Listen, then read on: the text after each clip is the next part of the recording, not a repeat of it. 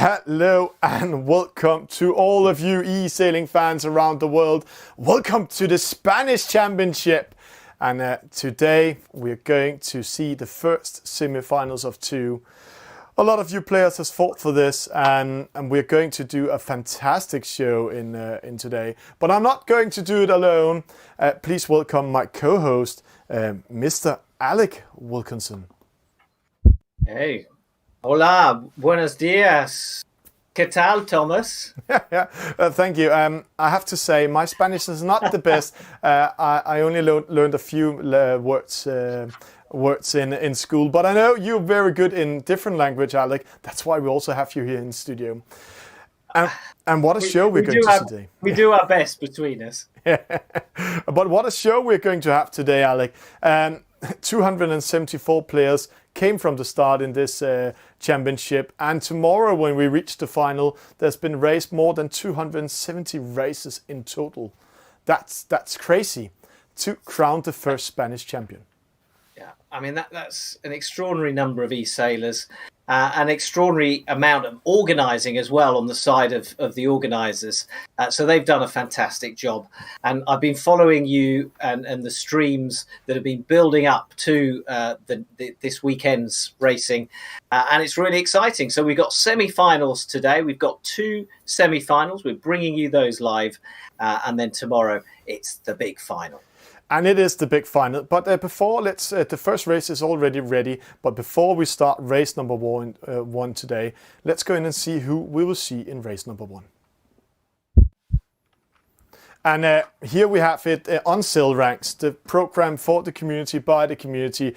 And when we watch it, we can see in semi-final one, we can see they already have 1 point. It's because the format is that they're getting the score from the quarterfinal into this semi-final, and then they are having 5 races back-to-back with 1 discard.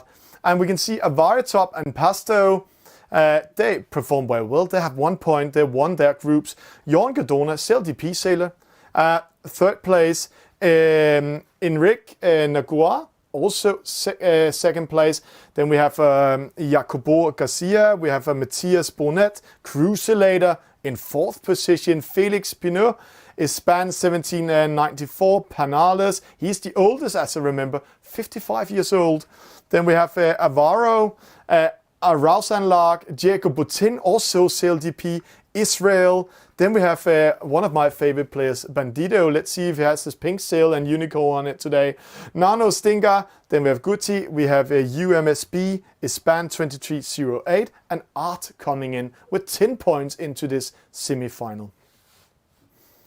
Yeah, so there already we're beginning to see who's likely to make it through, who isn't likely to make it through. But we've got a lot of racing over the next couple of hours, a lot of opportunities for those further down the leaderboard to make their way up the leaderboard and challenge for a medal race. Yeah. And Alec, let's go ready. Let's go straight into it. Race number one is ready in a few seconds. And there we have it, race number one coming up in Copa de España. And what a timing, the race has started, 1 minute to start. And let me make a small introduction of the players. This is Pasto. He has a unicorn on today. Maybe he's taking over the unicorn spot from Bandito. Rausanlag, we have seen him top perform, almost winning a Club Sevilla's race. España 2308, UMSB, Guti, Diego Butin, CLDP, España 1794, Cruiselator, Felix Pinol. Then we have Nano Stinga, Eric Nogua, Jorn Gadona, Art, Avaritop, Israel, Jacobo, Matthias Bonnet, Bandito, and Panales. And it's the J-boat in race number one, Alec. Yeah, so we are racing in a J70, we're racing a 49er, we're racing a NACRA. So 3 classes of boats in this semi-final, 5 races to be competed in.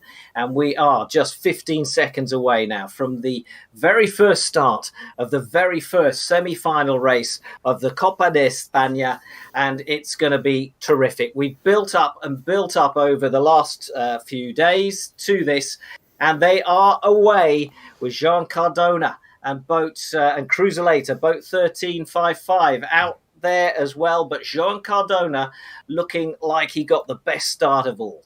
And it's a very clean start we had, Alec, there. A very good start. A slow start. Rausenlark with a penalty. Diego Botin with a slow start also got a penalty. So those two boats need to battling them back.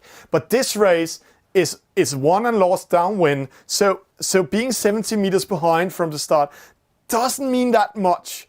But it's interesting, the fleet is splitting up. Penal is going to the right-hand side, together with Ispan 2308. Opposite, we have Art and Ispan 1794. But in the middle, Joan Cardona, Felix Pinot, and Bandito.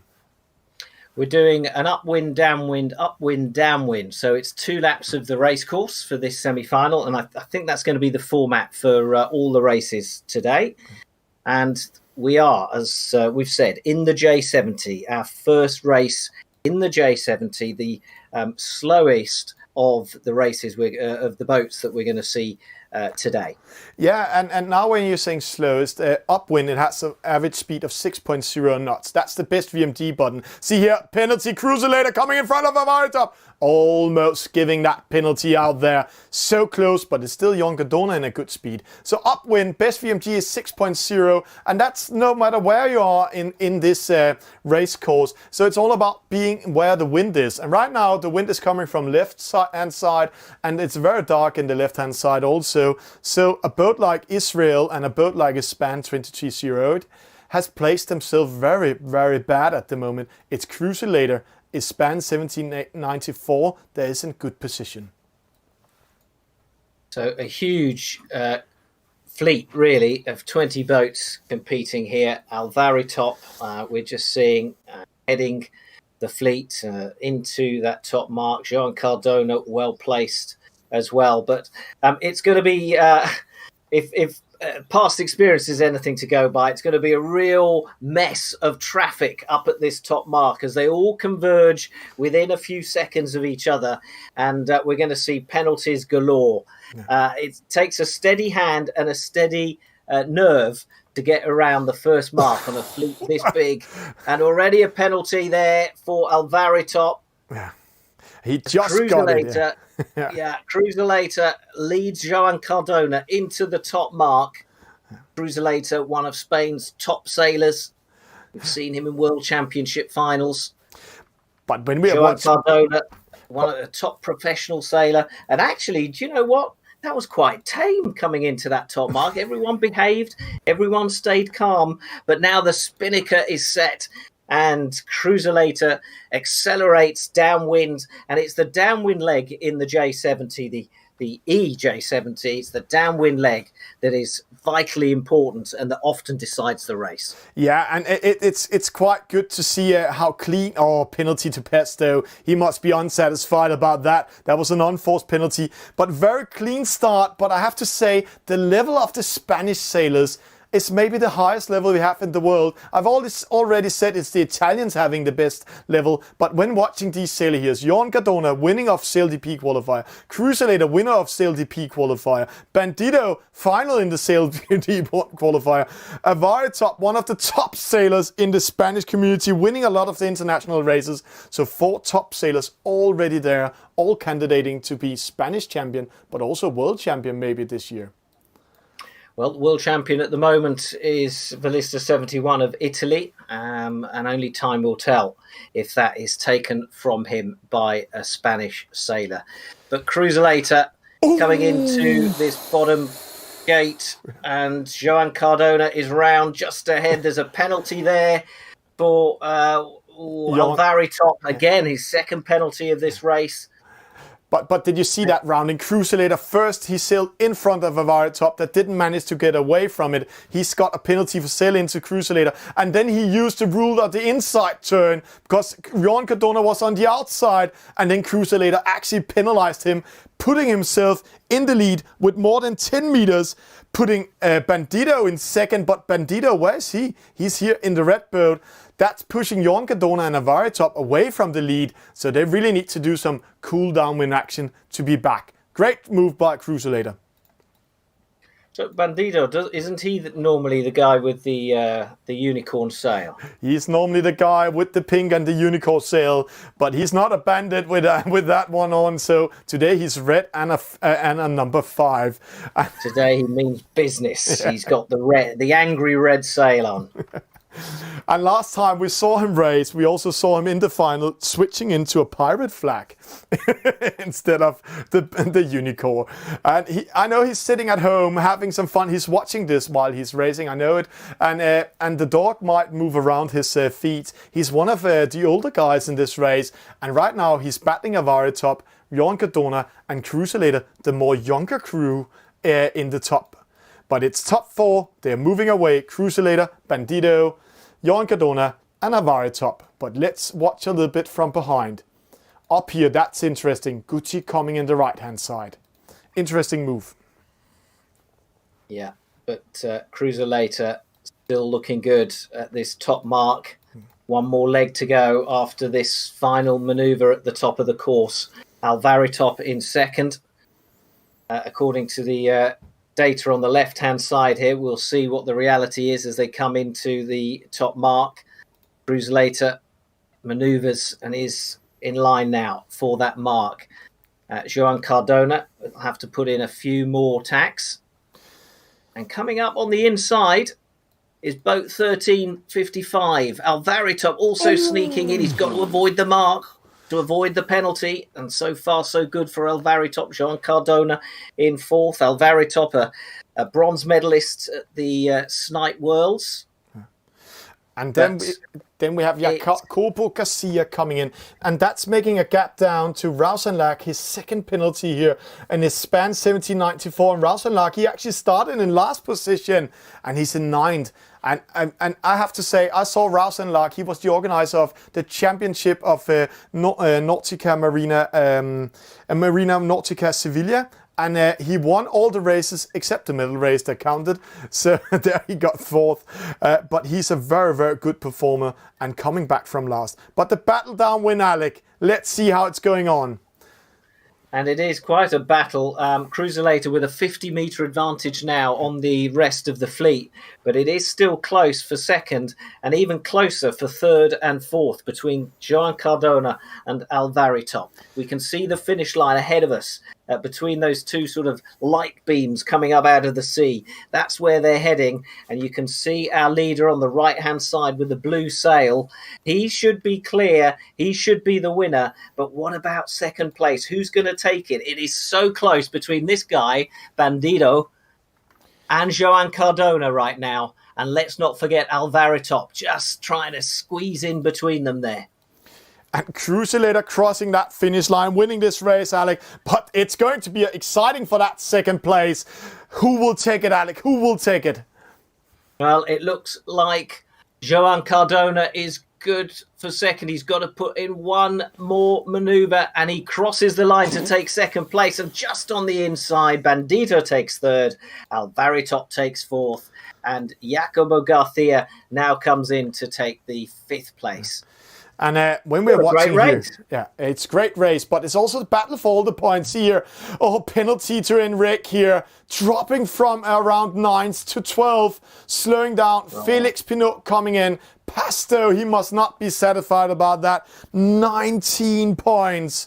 But here the score is Cruiselator with the first victory today of race number 1. Johan Cardona in second. 2 top names up there. Bandido also top performing. Avaritop 4th. Jacobo in 5th. Panales in 6th. Art in 7th. Matthias Bonet in 8th. Ispan 1794 in 9th. Ispan 2308 in 10th. Gucci 11. Nano Stinga in 12th. Rausenlak 13. And that's actually an amazing performance because he started in 20th position. Felix Pinot, he is in 14th. In Rick, he got that penalty around 9th position, dropped to position 15. Israel 16, UMSB 17, Diego Botin, hot day in the office for him, 18, and Pesto coming in 19. And Jon Cardona with the best start, best maximum speed, but it was Cruiselator sailing the shortest distance. But that's not why Cruiselator won this race. I have to say that was the genius turn. We can see it here at the gate mark. That's with number 4. That's where he both penalized a Varitop and penalized Jon Cardona. And see, that inflicted a hard damage on Jon Cardona's performance because he dropped to 2nd. And that's how the cookie crumbles in race number 1. Please stay tuned. We'll be back with another race in a few seconds.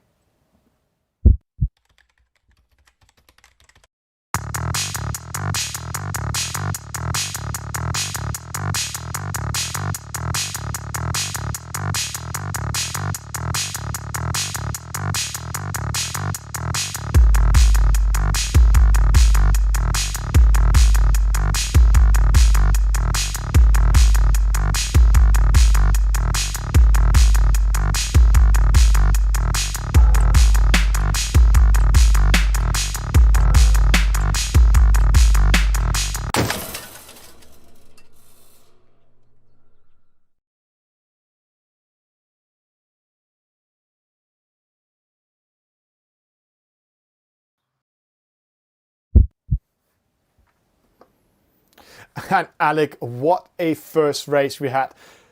Really challenging the scoreboard. We can see here it's already upgraded. We are in Spain. They are such fantastic organizers of this. And see, one thing that's exciting to see is Pesto in 13. He came in as a winner of the quarterfinals. And he got last in the first race. Dropping to 13. That's exciting what we're going to see today. Yeah, and it just shows you how every race counts and every position within every race counts, because there's a lot of racing still to come.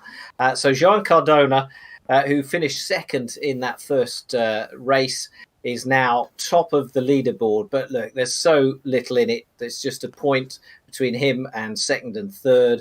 And it tells you, I mean, the top 3 there were the first 3, weren't they, in our first semi-final race. So lots to sail for. Yeah, and also a very good format, because the points from the quarterfinal plus 5 races back to back, and then they discarded the highest score. So if you came in with 10 points from the quarterfinal and you top performed today, then you will move that 10 points and actually go into the final. And it's top 10 of this semi-final going into the final spot to win the Spanish championship, Copa de España. But Alec, let's go in and then see race number 2, what it's all about.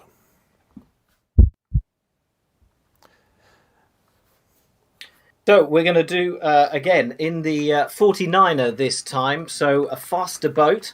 It's upwind, downwind, upwind, downwind. It's your standard kind of Olympic type course. 2 laps, 2 upwind, 2 downwind, and you finish where you started. Yeah, and it's interesting to see, because this is the 49er, and Alec, the 49er is a fast boat.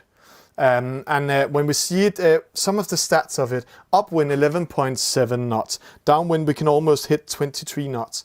But then we also have it only have a wind shadow of 22 meters, and that means that this race is one more upwind than downwind. Yeah, so it's the opposite of what we've just seen in the J70. They've got to nail the upwind legs on the E49er.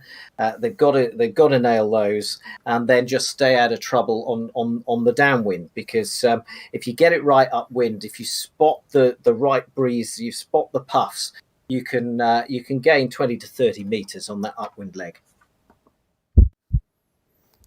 And there we have them getting ready for race number 2, Alec.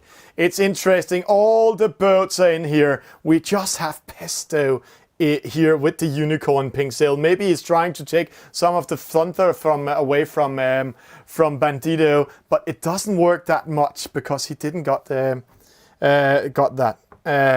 position in the first race.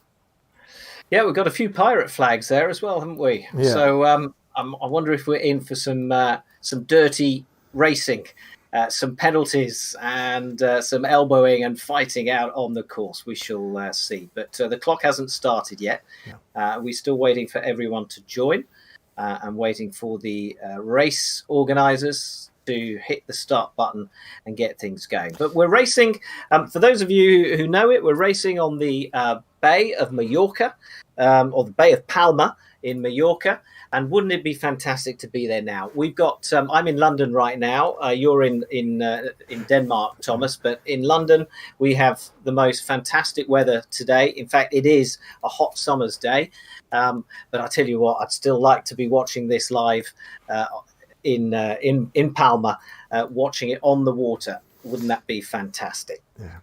59 seconds to go. So we are into the pre-start, and now this is where the sailors are using that radar in the top left corner just to see which way the wind is blowing, trying to spot the wind socks, those red and white wind socks in that top left corner, trying to work out the direction of the wind, whilst also looking out across the bay to see if there are any dark patches of wind out on the course itself, out on the water. So it's just like, being out there on the boats themselves and doing it for real. Pasto already picking up a penalty in the pre-start, and now they begin to accelerate towards the start. 10 seconds to go, and they look like they're going for the middle of the course here, really. There's a little cluster up near the committee boat on the right-hand side, but it's going to be a clean start as they get away for race number 2, and this time it's in the 49er. Yeah. See, Jan Cardona with a false start. Second place overall, as in the leader overall. Second place is race number 1, and second place in the quarterfinal. Had a false start, dropping to 16th from the start, and the fleet is splitting out, and that's very costly because it's the 49er, Alec. And we just said when we analyze race number 2, it's the upwind race that's the most important. You lose it downwind, you win it upwind. So he really needs to top perform. Coming to 10th right now. Well, it's a disaster for Jean Cardona. I don't think he was over early, though, because it looked like a clean start. So there must have been some sort of penalty inflicted on him by one of the other players. But anyway, the point where we stand is that Cruiselator, our overall leader, is out in front and leading this race once again, showing his class, showing his quality. Can he be reeled in? Can they hold on to him and not give him any distance, any advantage? We saw in the previous race just how ruthless he can be when he needs to be. So his nearest challengers are really going to want to stay away from him, but in touch with him. Yeah, and going to the right-hand side, we've seen Bandito placing himself there. According to Server, he's in the lead. He is in a harder breeze, but having the wind a little bit against him. But he's in the lead. He's coming from starport, but see with speed, Cruiselator. It's Rouse and Lark. It's Avaritop. They will get in front of Bandito. Pesto coming in with the Unicorn there, stealing that from Bandito. But Bandito is in the lead of him. Alvaritop coming almost all the way to this ley line. Cruiselator in there as well. There he is. He's now in line for the mark. So Cruiselator leads at the first top mark. And we've got penalties for Felix Pignol and Alvaritop. I tell you what, Alvaritop, he does pick up penalties, doesn't he? Yeah, and it's the second time Cruiselator is giving him a penalty. So they have their internal battle. But in the 49er, at this point, it's very costly. See, dropping to 7. Spinning us up. Round they go. Downwind they head. And a few penalties there. Pasto picking one up. Israel Mim picking one up. And now they split. Some have chosen to go to the left, but the majority are choosing to follow Cruiselator down this right-hand side of the course. And frankly, who wouldn't follow Cruiselator? He's so dominant. He obviously knows what he's doing. If you're a little bit unsure which way to go, follow the main man. And it's interesting you're saying that because there's a darker breeze here. It's dark in the radar in this right-hand side. And see the green boat, Israel, went to the left-hand side. He was only sailing 17.1 knots, where the other ones were sailing 18.8. But in the top, see Cruiselator, Rouse and Lark they are going to have a mano-a-mano battle. They are sneaking away. The guy from Sevilla against Cruiselator, and then Felix Pinot coming in with Art. Art is one of the boats very down low in the final score ranking. He qualified as the last. There. Yeah.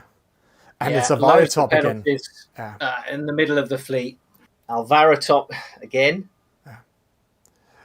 USB and Varitop now fallen right back down to 12th place. But see how splitted this fleet is. Let's go to the chopper. Let's see it from here. See, most of the boats going to the right-hand side. It's Rouse and Lark, it's Cruiselator. Rouse and Lark is currently in the lead, but will he be that? Art going to the left-hand side. Ispan 1794 also. And most of the fleet keeping themselves in the middle. And then let's see, where did Avaritop go with that penalty? There he is in 13. That's the unlucky number he has at the moment.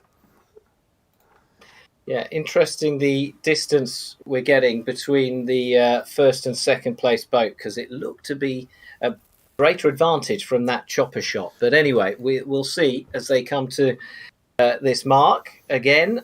And Rouse and Larg, was it Larg? Rouse and Larg, yeah. Thank you. Has the slightest of advantages. But Cruiselator coming starport. It's going to be interesting. Who will... Rouse and Larg is winning this one. They will have a mano-a-mano battle downwind, switching positions in the upwind race. Cruiselator needs to take care going behind. But let's follow that duel a little bit later, because they will battle for the victory. Now, here come the rest. Bandido, and in fourth place, Felix Peñol, who we haven't seen for a while. Nano Stinger, and Pasto. Pasto making up distance on that upwind leg. Yeah. And see in front of us, Rouse and Lark and Cruiselator splitting up. Cruiselator going away and coming in. We need to follow this battle, because this is going to be a textbook attack. Wind Shadow coming in, Rouse and Lark jibes away, straight away. Cruiselator 20.8, Rouse and Lark slower. He's in lighter wind. Cruiselator managed to push him away. So Cruiselator is getting closer and closer. Wind Shadow coming in action. There we go. And Rouse and Lark jibes away again. The battle of the jibes. Who will take it, Alec? Yeah, it's a match race to the finish. At the fastest speed that these boats go, they're hitting 20 knots now. Cruiselator slightly faster. You can see the finish line just ahead of them. Penalty on Rouse and Larg from Cruiselator. He's done it again. Yeah. Aggression has been his tactic, and it's what has got him the victory in race number 2. So it's Cruiselator. 2 out of 2 for him. Rouse and Larg is second. Felix Piñol is third. And let's just follow the battles behind them now, with Peñales and Joan Cardona trying to make up distance. Joan Cardona, with that terrible, disastrous start, is currently sitting in 13th, and that's the position that he'll finish in. Yeah. And we just saw here, we're seeing the last boats coming in. But what an downwind battle between Cruiselator and Rouse and Lark. And the reason why Rouse and Lark lost it was because Cruiselator 3 times in a row made the classic, hey, I will jibe away when you're coming close to me. And this time he didn't jibe away, so Rouse and Lark sailed straight into him, got a penalty because Cruiselator had the right of way. So Cruiselator with a victory, Rouse and Lark this time second. Great job by him. Felix Pinol in third, Bandido in fourth. Good average positions for him. To get into top 10 and qualify to the final. Nano Stinger is in 5th, Art in 6th, Matthias Bonet in 7th, Pasto 8, Enric Noguera in 9th, Israel 10, UMSB in 11th, Panales 12, Jon Gadona 13. See how costly that start was. Diego Botin 14, Jacopo Garcia 15, Avaritop 16, Ispan 1794 17, Gucci 18, and Ispan 2308 in 19. Well, I'll tell you what, apart from the leader extending his lead, it certainly shuffled the pack. I mean, it'd be interesting in a few moments to look at that overall leaderboard. Let's have a look at the stats first, though, Thomas. Yeah, and the stats is saying Crusader again with a fantastic start. But see, he didn't sail the shortest distance. He didn't have the maximum speed in there. That was Israel, and that was Nano and Felix Pinol doing all that. But why did Crusader win? And we can see the battles here. In the upwind race, that's number 4. There, Rausenlark did the best upwind race when they came upwind. And we can see he took the lead there. But Crusader, he's so damn good of those downwind attacks. Getting closer and closer to Rausenlark, capturing wind speed, doing the giant battle, and then trick Rausenlark to sail into him. And then Rausenlark got that penalty and Crusader that victory. And the same thing we saw Felix Pinol. He actually also doing a great downwind battle against Bandito and winning that one, jibing away from Bandito, and Bandito get 4th in total. And this is fantastic race by them. And one thing also interesting, see that penalty for Johan Cardona in the start. He was starting in, it was a 4-start, Alec. He started in last, and then he came up, and actually in the upwind race again, he won fantastic positions, and then he was so lucky. A lot of boats got penalties at the top mark, and there he won his 13th position. Came from 16 to 13. Great stuff, and we will be back with race number 3 in a few seconds. De ánimo o un aplauso puede dar una fuerza inimaginable. Por eso ahora, todo nuestro apoyo va para ellos.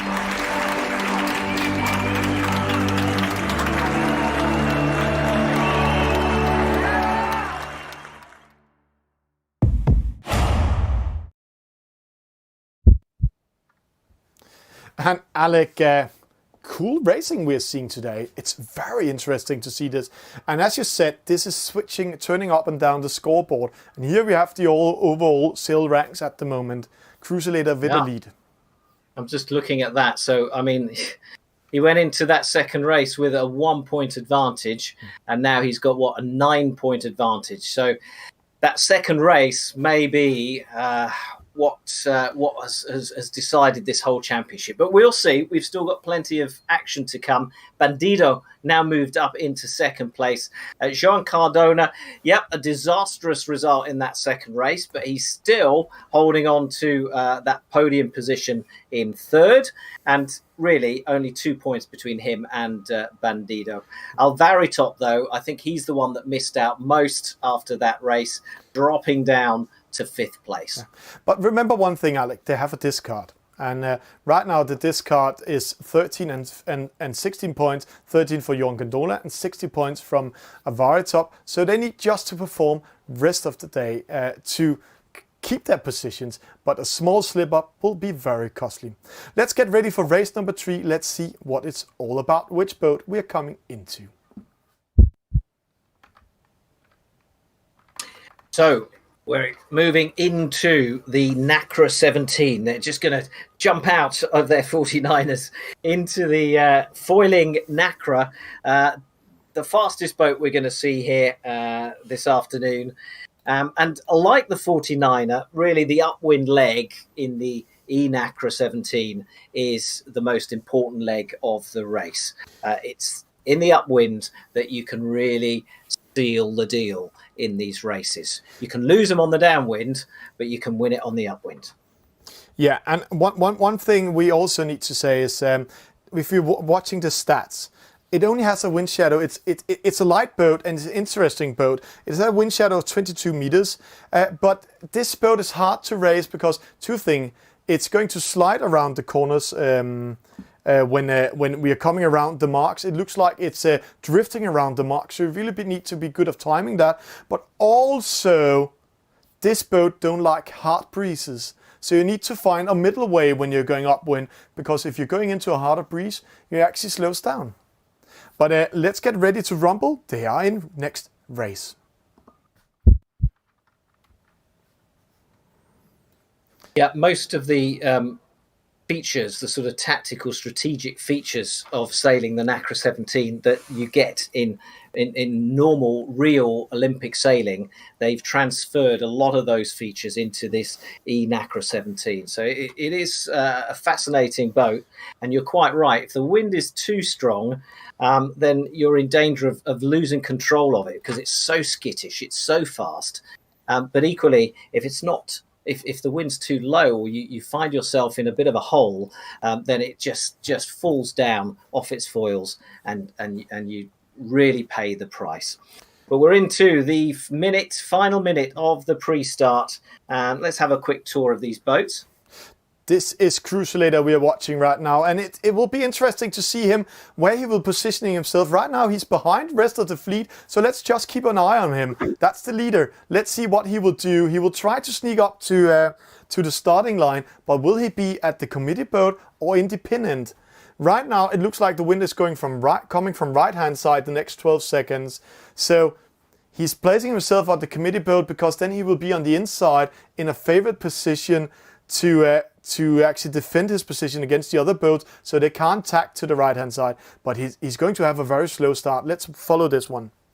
They're all clustering towards this right-hand side, towards the committee boat. But Cruisulator is looking for a way through. There's a lot of traffic there, and I'm not sure how he's going to get through. But some have accelerated away early, and we're going to have some penalties. Plenty of penalties, as you can see. Another one for Jean Cardona yet again. Diego Botin got a good start this time. Alvaritop also got a good start. There's our second man overall, Rausenlag. He's side by side with Cruisulator right now. Maybe they're just keeping an eye on each other. But it's very, very interesting. Let's try to go to his span here. We just go up to the chopper. See how spread this fleet is. Penalty in the middle to Jacopo Garcia. But see here, opposite side, Enrique in the right-hand side is span 23 there. But opposite here, we have Nano, Felix, UMSB, and Alvaritop. This time he didn't got penalized, and he's in the lead. Interesting what's going to happen. Yeah, we spotted Diego Botin in the center of the course there. There he is. He's got a really good start, the best start so far of his semi-final races. And it's interesting, Alec. Did you remember what I said? It's not about being in the stronger wind here, the harder breeze in the NACRA 17, because then you will actually lose momentum. And right now we have some boats over here. They're very hard breeze, but the leading boat and Rausenlag and Pesto, they are in medium wind. They are in between two wind salts, harder breeze and a lighter breeze at the moment. So they're catching medium wind and sailing a shorter distance than the others. Bay of Palma looking pretty dark in that top left radar. We'll see how the breeze develops, but right now let's focus on the top mark as they complete the first leg of the third race of the Copa de España semi-final, and it's Diego Botin, the SailGP professional sailor, who leads them round that top mark ahead of Pasto, ahead of Felix Pignol. A few penalties handed out, one to Rausenlag and one to España 1794. Not a good move from Rausenlag, and that will cost him dear. Where's Cruisulator? There he is with the one on the blue boat. So well down the fleet right now. And Alvaritop had this private battle today. Alvaritop just sailed into Cruisulator, caught a penalty and dropped to 17. So once again, Cruisulator penalizing Alvaritop. That is going to be it. But see here, sailing like pearls on a string, going downwind. And none of them will be in lighter wind. They're following the leader, so they're not losing their momentum. But Rausenlag, we talked about the penalty in the top. He got it from an unforced penalty. He hit the mark, but it's also a hard boat to steer around the mark. Just see their art losing a little bit momentum. Yeah, so what's that? 3 penalties that he's Cruisulator's inflicted on Alvaritop now. One in each race. That's 40 love in tennis terms. Right, let's just get an idea now of where's Diego Botin. Let's find our leader. He's there. And there he is. So he's gone off slightly to the left-hand side. He's now coming back in towards that bottom gate. But it's interesting to see what the others can do, because Pasto and him, there's only 4 meters in between them. And Diego Botin going in front of him. See there, throwing dirty air, controlling him. Straight away, Pesto needs to attack away, but every time he attacks Alex, see, he's losing momentum, he's losing speed, and we can count to around 7-8 before he's in maximum speed. So that's good call by Botin. But see the battles here. 4th, 5th, 8, 10, and 9. They are close to each other, and with speed, Felix Pinol, Rouse and Lark coming in. And here we have 2 rules in the mark rounding zone. The rule of the inside turn. Felix Pinol has that for Rouse and Lark, but the 2 other boats are coming from Starport. So that's the rule of Starport coming in. Rouse and Lark takes it. So good racing by him. 4th position. And rest of the fleet coming in here. Whoosh. Such a fast speed. And there's Bandito. So I thought they all did really well there. They were coming to that so fast. They control their boats. They managed to get round. But look at this as they head off downwind for this time again, for this second time, down towards the finish line. Diego Botin and Pasto. And Pasto, yes, I just couldn't quite work. I thought, anyway, and Pasto in second place. And Diego Botin is going to have this. I can't see Pasto closing that 40 meters on him.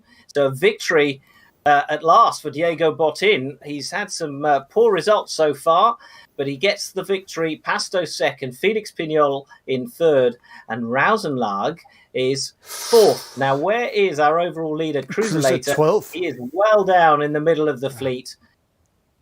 So that was a very costly start for him. And Avaritop with that 3rd penalty by Cruiselator coming in 18. That will give him 16 points when the discards come in. So that's one of the most costly races for Avaritop. One of the top performers. But Diego Botin with a victory. Pasto in second. Felix Piol in third. Rausenlark 4th. Panales 5th. Nano Stinga in 6, Matthias Bonet in 7, Jorn Gardona in 8, Crusader, oh, he sneaks into 9. He just managed to take that 9th position. Espan 1794 in 10th, Art in 11, Bandito 12, UMSB 13, Enric is in 14, Israel 15, Espan 2308 in 16, Jacobo Garcia in 17, and Avaritop. Those battles with him, Cruiselator, is so costly for him. 18 position, and Guti getting in 19. We're gonna watch the next race and see if Alvaritop sort of goes and looks for trouble with Cruiselator, or if it's the other way around. Yeah, and they are battling each other all the way, but it's it's a millisecond deciding who's getting that penalty. Jorn Gardona with the best start, Cruiselator with the best maximum speed, and in the NACRA it's all about speed. Rouse and Lark sailed the shortest distance, but Cruiselator and Jorn Gardona didn't win it. It was Diego Botin, and he was actually getting that victory almost from the start, defended it well. We saw how he was tagging in front of Pasto, forcing him to do extra attacks and losing momentum. Felix Piol also kept that third position all the way. But here again we see an upwind action. Rouse and Lark coming from 7th position to 4th position. Great upwind by him. And we saw how he came on the inside, just in front of Panales and the rest of the crew. And Cruiselator battling his way up to 9th from behind, starting in 17th position. Interesting what's going to happen in race number 4.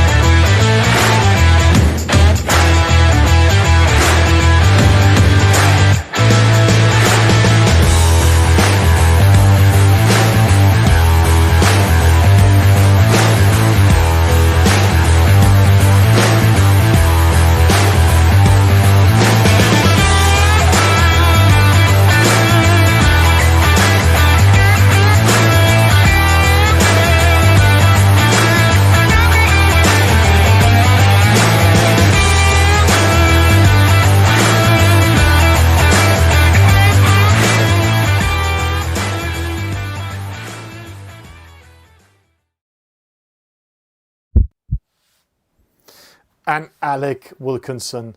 That was race number 4, the NACRA 17. And now we're going to start again with a J17, but see those stats we have here. Again, changing. First of all, Cruiselator's advantage has been cut back to, 4 points now. Felix Pignol. So he's moved up into second place. And that, we were talking about consistency earlier. So Pignol has now managed 2 third-place finishes. And that has seen him move into second place on 10 points. Then we've got Pesto with 11. Joan Cardona slips down yet again to 4th. Rausenlag stays in 5th. And also I was looking for Diego Botin down there in 11th place. Yeah, so he's trying to claw his way back up. But there's, a good 10 or 14 points between him and the leader. And one thing we need to remember is the discard has come in now. So they have been discarded for the worst result, and so it will be in the rest races. So the points they're getting now is so crucial, and it's all about being in top 10 to qualify to the final. So it's interesting to watch number 9, 19 points. That's Nano Avara top in 10th, 21 points. Diego Botin, 22 points. Jacobo, 23 points. Art, 23 points. Ispan, 70, 24 points. And Enric, 25 points. And that's very, very tight racing we're going to see here, Alec, because all of them can qualify in top absolutely. 10. Yeah, so we've got 2 races left in this for this fleet for their semi-finals. So, yeah, I mean, there's still plenty of racing to go. I mean, I think it's almost as if like the top guy is going to be Cruiselator. So you'd have to have a disastrous couple of races for that not to happen. But really, the battle is on between everyone from second all the way down to potentially down to, I haven't actually worked out the maths, but certainly down to 16th, 17th place? 17th will have a chance still. 18 and 19 are in a hard trouble. But let's get ready to analyze race number 4. This is race number 4 we're going to see. And Alec, it's going to be a J-boat again, a J17. And opposite, as we've been talking about, this is all about your upwind race. You win it in your downwind race. You win and lose it downwind. It's all about how good you are to attack with this boat and reading the wind intelligence downwind. It's a slow upwind, 6 knots upwind. Yeah, so the slower boat out of the fleet that we're watching. And the downwind leg far more important than we've seen in the other 2 classes of boats here on the Bay of Palma in Mallorca. I keep sort of dreaming that I'm there watching the glittering sun on the sea, and we would be in full regatta season, of course, right now under normal circumstances, but we're not. But we still have this really enthralling national championship coming to us from Palma, and that's good news. And Alec, while we are speaking about sun and beaches and everything, I have to say, let's make a little bit fun while we are waiting with the others. Alec, he is from Britain, and you all know what happens to British people when they get too much sun. Then they look like a squid. But that's okay. They're getting all red, and we go the same colour as this graphic in the corner. That's the red colour. Yeah. No, it's cool. And Alec, anyway, I don't know why I'm taking this from someone from a Dane. Can you see the color, Alec? There's a huge difference. I'm already getting brown here in Denmark because the summer is always hitting us. But I'm just saying, great races. We're seeing 2 races left. This is race number 4 coming up, and the most interesting part is here: a small slip up will be so costly for all of the players. It's all about being in top 10, and most of them, except Cruiselator, had a high discard. Rest of them have been having a high discard removed, so they need to perform now.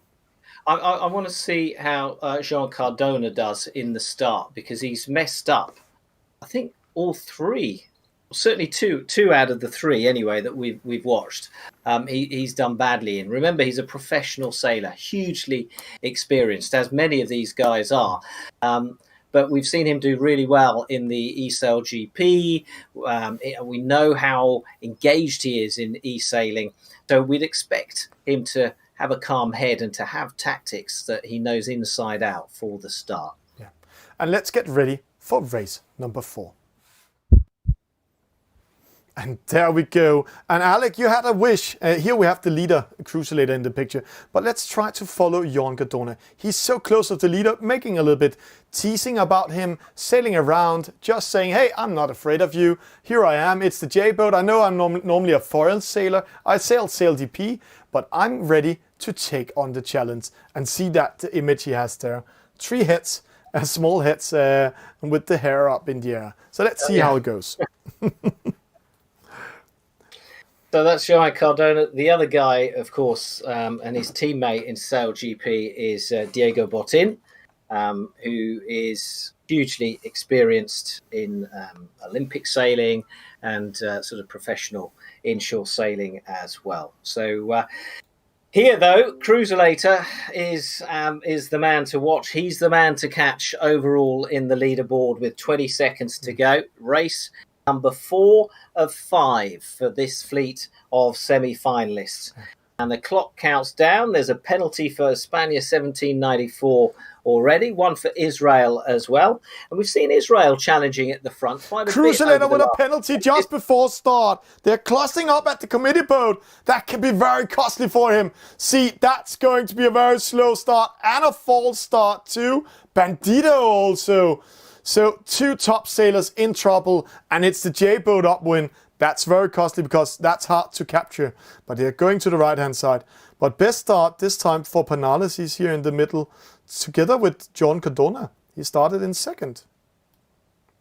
Yeah, it got very busy. The traffic very busy indeed at that end of the start line. It's where they all wanted to go from. And it just got too close and too busy in the end. But Jon Cardona out in front.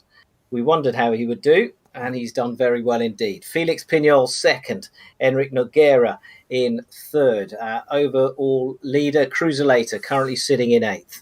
Yeah, and he's there behind Jon Cardona, but he's in a position where he actually can penalize Jon when he crosses in, because he's coming from a starport. So a small slip up from Jon and a little bit there where he doesn't focus on it, he will get a penalty. Let's try to go to Matthias. Here we have Matthias Bonnet. He can't tack up towards the mark because the other boats is Span, Pesto, Enric and Rausenlark. They are there, will penalize him from starport, but they all need to wait for an Enric to tack up before they can do any actions, or else they need to bear away or come from behind. Now it starts. Enric goes up and he's in trouble. Felix Bjorn, oh, they are so fair-like, these sailors. So this is a good match we're going to see here. Yeah, it's an interesting sort of interesting way of interpreting the rules in eSailing, isn't it? Yeah. Where you've got the kind of some of the gentlemanly rules and behaviours of that you see on the Olympic circuit, and then you have some far more aggressive sailors as well, like Cruiselator, who will go for a penalty at the slightest opportunity. Yeah. Bandito here on the ley line, heading towards the top mark at the conclusion of leg number 1 in this 4th race of the semi-finals. Penales going wide and now tacks into the top. Interesting call by Penales, because he can use his best VMG. He's doing that. There's a wind shift. Unlucky for him, there's a wind shift against him, so he needs to do double tack. See, there's the double tack. Or else if there wasn't a wind shift, he could actually use his a better angle coming down. And see, Jon Cardona, he was caught in that wind shift, and all the boats coming in on the same time. 2 rules in the stake. Pesto on the inside. Wilpel got the penalty. Rosenlark came from starport, so he just managed to come from starport. Enric coming in and penalty to Gucci. That's good news for Jon Cardona. Then he kept that 4th, 3rd position. Felix coming in, penalty to Span. Where's Crusader? He's caught there in the middle. Penalty to the leader. 12th position, Alec. UMSB really taking action there to avoid a penalty at the back of the fleet. But, well, it's often in the J70, it's often very busy at the top gate, and it was again here. And So the fleet has been shuffled. We've got Rouse and Lag out in front, Eric Noguera now in second, Pasto down to third, and Jean Cardona down to fourth. Felix Pignol, and he is sitting in fifth. Yeah, but see, Enric, he did a mistake. He went to the right-hand side. See, 13.8. The others are hitting almost 15 knots, 15.2. They are having so much more speed, and they're coming from, they have the right away. So Enric, he drops from second to fifth in that downwind action. And as we're saying, you're losing this boat and winning this boat downwind. Penalty! Oh, I thought it was Jan getting it. It's Felix Pion sailing into him. And another penalty there for Pasto. Yeah. Pasto against... And Jan also. Oh. So some crucial penalties there as they start this next leg. And Rouse and Lag staying clear and out in front. Pasto now losing distance. Felix Pignol trying to gain on him. But Jean Cardona picking up a penalty as well. And interesting to see Crusader has dropped to 15 at the moment. Not the best downwind action he had here. Also, he was part of a battle with 3 penalties in that mark round. He's 17th position. It's such a close race from 14 to 19 position, but also from in between the 2 leading boat. But again, 3rd, 4th, 5th, 6th position, almost side by side. So interesting what's going to happen, but it's a good race by this, the boat from Sevilla, Rouse and Lark. He is in the lead at the moment, and he's going to take a victory if he doesn't make a mistake. But Pesto will try to capture him. Even conditions across the course. That's why you can see them all together. They're all agreeing on where that breeze is. And we go in. Enric, see, he dropped to 5th, not the best. Jean Cardona, he caught in the middle. It's like if you're drawing a square around these 5 boats, 6 boats around him, then Jean, he will actually be captured, and he might be captured where he will get a penalty from starport. And we're going to see a huge battle here. Pesto coming in. Will he get a penalty by Rouse and Lark? This is side by side. Pesto bears away, going behind. Whoosh! Such a close call, but Rouse and Lark is winning this one, going to round that top mark first, but they will have a mano-a-mano battle downwind, Alec. Yeah, it's going to be a very close and dramatic final leg. Rouse and Lag going to round the mark in the lead, but it's hardly anything in it between him and Pasto. And that was a terrific move. It was a sensible move from Pasto because if he'd picked up a penalty, that would have been his chance of winning over. But he just ducked down behind Rouse and Lag and is now ready to pounce on that final downwind leg. Felix Pignol in 3rd yet again. He's getting used to that position. Jean Cardona in 4th. A penalty for Penales at this mark now. And we've got Alvaritop moving up into 5th place. But there is some distance between him and the leading 4. But see who's here. 12th Crusader. He needs to battle the 2 boats in front of him, so he at least gets 10th. But he is in 12th position, and that will be very costly for him going into the final. But let's see here. Let's just go up and see the leaders. They actually can battling, but it looks like they're satisfied about the position. Rouse and Lark going to the right-hand side. Pesto in the middle. Felix Pion, he's under attack by Jean Cardona. They are battling for 3rd, but it looks like the winners are happy with that win and 2nd position. Great job by them. Rouse and Lark with a victory. And Pesto will get that 2nd, but who will get 3rd? See the battle, Alec. Yeah, so Jean Cardona and Felix Pignol fighting it out for 3rd place. It's Jean Cardona, the Sail GP and Finn sailor, against Felix Pignol, who in real life is a laser sailor. And at the moment, Pignol, I think, just has the advantage, but Jean Cardona coming through. Oh, and he inflicts a penalty on Pignol to take the 3rd place. Oh. Amazing. And that's the difference between eSailing and real sailing. And there we have Matthias Bonnet also coming in, just going in front of Nano. And then we have a huge gap for the next fleet coming in. See here, Diego Putin is part of that. Crusader in 11. Will he take 10? I said he needs to take that 10 position. and he managed to take that 10. Great downwind action by him, but it's still 10 points, and that will be his highest discard coming into race. Art 18, Israel losing this race. Cruiser 17th. Wow. Yeah. And there we have the confirmation. It's Rouse and Lark. He's with a victory. The boat from Sevilla. Pesto in second. Jorn Cardona in third. Great win by him just on the finish line. Felix Pion in fourth. Avari top fifth. Great comeback. This time he didn't get a penalty by Cruiserator, and he got a top position, but Cruiserator got a penalty the opposite way. In Rick 6, Jacobo in 7, Matthias Bonet 8, Nano Stinker 9, Cruiserator 10th, managed to win 2 position in downwind. Ispan 2308, 11, UMSB 12, Gucci 13, Jacobo 10, 14, Bandido 15, Panales. And as I remember, Panales came into this semi-final as one of the winners. In 16 is Spans 17, 94, 17, Art 18, Israel 19. And Small watching the sky. Well, that kind of mixes it up a bit, doesn't it? I mean, Joan Cardona, I suppose, largest number of jibes, but shortest distance sailed, which is interesting. Yeah. That's a lot of manoeuvres from Cardona.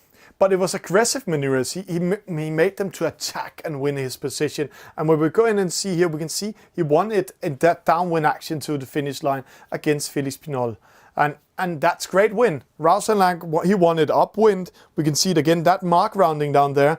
Pesto lost it, Rouse and Lang won it.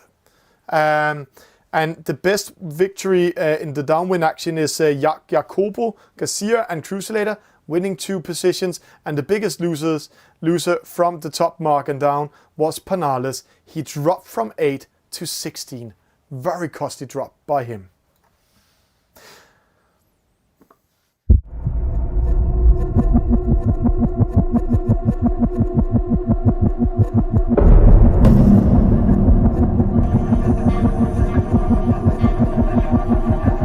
El deporte y en especial la vela, yo creo que nos enseña a ser resilientes, a no rendirnos nunca, a reinventarnos en situaciones difíciles. Al final es de los errores cuando más se aprende y tienes que fallar y caer y levantarte y aprender y volverás a caer en lo mismo 1000 veces hasta que quede impreso en ti, porque al final si quieres llegar a lo más alto es la única manera. Hablar de esto me recuerda a una frase que me gusta mucho y es muy oportuna, que dice que cuando el camino se hace duro, solo los duros siguen caminando. Y es que es 100% cierta. Al final, yo creo que a mí lo que me empuja a esforzarme y a trabajar duro día a día es la ilusión de conseguir mis objetivos, claro, pero también el poder compararme con mi yo de hace unos años o incluso hace unos meses y poder apreciar la mejora que he conseguido en mi performance, ¿no? o en mi estado físico, aunque sean cosas muy pequeñitas. La superación es un pilar importantísimo, no solo para crecer como deportista, sino también como persona. Al final, conseguir convertir una caída en un aprendizaje es lo más importante, es lo que te da fuerza y lo que te da más conocimiento para seguir hacia adelante. Creo que lo importante es ser consciente de que en el camino, que es muy largo, siempre va a haber algún momento de bajón y que hay que sobreponerse a esa situación y salir con fuerza. Y yo tengo una frase que me aplico mucho, que es que no sea porque no lo haya intentado. Siempre con lo que tengo lo intento, voy con todo y bueno, si sale bien y si no, lo habré intentado.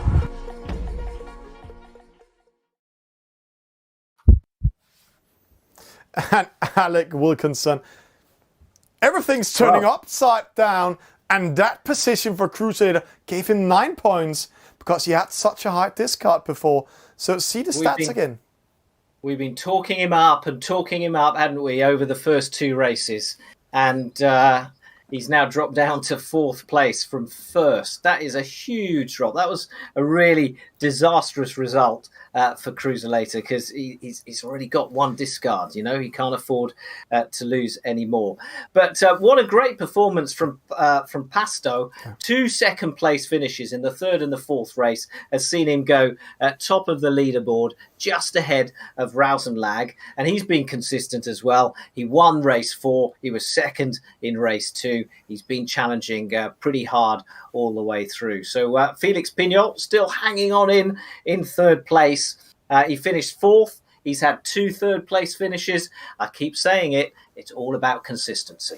Yeah, and the most interesting part here is I can say right now, Pasto, Rausenlag, Felix Pignol, Cruiser-Later, Jon Cardona, they are secured going into the final tomorrow. But which position will they get? Because a victory gives 1 point to the final, second place 2 points into the final, fifth place 5 points into the final, and that would be very crucial to get as low point as possible turned over to the final. But we need to see that battle for that 10th position. So just to confirm what you've said, so the top 5 have qualified now for the final. Yeah, okay. But position 6, 7, 8, 9, 10, 11, 12, 13 and 14, all of them can lose this and don't qualify to the final. Okay, well, the points are really close, aren't they? Yeah. Just, 3 points between... I'm looking at a very small screen here, which is why I'm squinting. I think it's 3 points, isn't it? It's 3 points. From 25 points to 28 points. So it's so close. And let's just look at some of those names, because these are the ones we need to keep an eye out for. So Alvaratop, is that Matthias Bonnet? Yeah, Bonnet. Bandidos, Anales, Nanastingo, Jacobo Garcia, and Eric Nogueira as well, and Art, and Diego Botin as well. We'll see. Yeah, we'll see. And Alec, we need to see race number 5. It's coming up in a few seconds. Here is what we're going to experience. So final race is going to be in the 49er, our second race in this boat. As we've discussed, the advantage here really is getting a good upwind leg.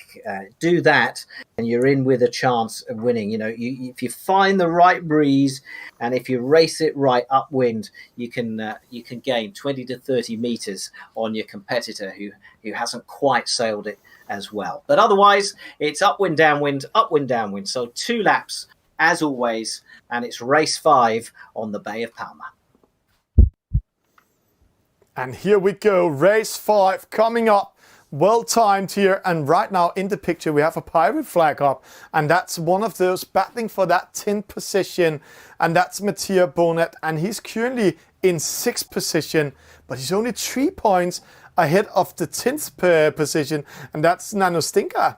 So 3 points in between position 6 and position 10, and there's 8 points to position 14. So a bad performance and you're out of top 10. So a great battle coming in there, and that's what it's all about. Race number 5 back to back in this semi-final. Top 10 will go into the final tomorrow. Now, let's see how they have set up the course. You can see, you get a good aerial view from that radar on the left corner. You can see the breeze coming in, and there's a wind shift coming in now. We're going to be heading for this committee boat end, I would say. That's where the bias is. As they begin to accelerate away, there's a few boats on the right there that have gone too early. And now they've stopped and they've speeded up. Penalties galore as they jostle for position. Pasto out in front. Joan Cardona as well. España 23.08. But Rausenlag with a penalty. Enrique Nogueira, he's challenging for a top 10 place. Penalty for him and a penalty for Pasto. Yeah, but see here, Cruiser-Later, he doesn't matter. He will only get 10 points with getting last here in this race. For him, it doesn't matter. But we need to follow a guy. Where is Jacob Botin? He got a penalty in the start. He's there. He's in 10th. Avaratop in 15. And then we have Panales in 18. That's players fighting for that top 10 position. So what a bad start for them. This might be costly, Adlik. They maybe be out of the championship now.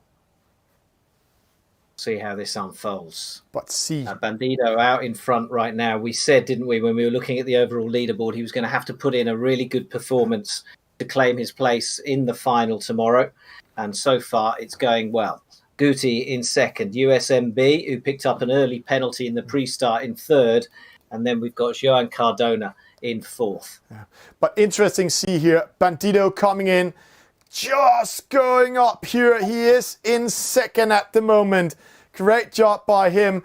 And there's a wind shift coming in. Guti, Bandido, USMB are going to battle for that mark rounding, but Joan Cardona is in the best position because this is the rule of the inside turn coming up. So who will take it? Who will take this victory?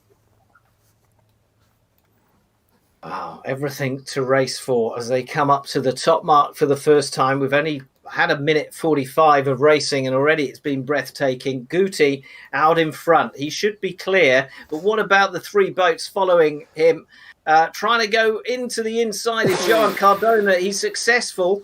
And UMSB in there as well. In fact, they all behaved and got round quite cleanly, but it's penalties now behind them as the rest of the traffic joins. Art penalty, España 1794 penalty, Israel penalty, but our leaders are clear. The spinnakers are set and they're heading and accelerating downwind for the first time. Yeah, and it's interesting to see because Bandido, Matthias Bonnet, they want to be in that top 10. And right now, with those positions, they are in top 10. But at very top, he really needs to step up a little bit. Enric Nagoa also, and Nano Stinga, or else they are out of it. And Diego Botin, here we have a battle. All points counts. Diego Botin, he needs to get 5 points more in front of Enric Nagoa. Then he is in top 10. Let's see how this will unfold. Yeah, they're the leaders crossing ahead and behind of each other, but they've now slotted into their position as they... Let's go down to that bottom gate and have a look, because Joan Cardona seemed to be having some trouble there. Well, there's some penalties handed out. Yes, penalty to Joan Cardona and a penalty for Pasto as well. And Crucilator in 8, it's not his, it's like he's more relaxed. He knows I'm in the final, but Crucilator is battling for those crucial points. So he can get as good points as possible to the final. Remember, number 1 gets 1 point, number 2 gets 2 points, number 3 gets 3 points into that final. And right now, Joan Cardona in 8, Crucilator in 6, Pasto in 7. That's the top boats battling for points. And it doesn't look like a battle. Bandido out in front, head of Guti. We've got 5 more races to go after this. Fleet number 2 will be starting their semi-final racings in just a few minutes' time, and we'll be bringing you that live as well. But at the moment, the focus is on this final race of this fleet to decide who will go through to tomorrow's final. And at the moment, Guti is out in front.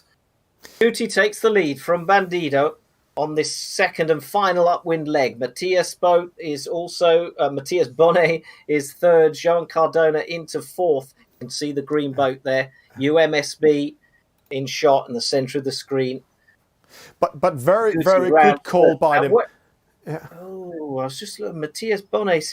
Yeah, he seemed to take a strange angle into the mark there. Joan Cardona fourth then, but our leader is clear as he heads downwind towards the finish line. Bandido second, 50 odd meters behind the leader as Guti accelerates away downwind. Yeah. But it's a good performance by Guti, Bandido and Matthias Bonnet.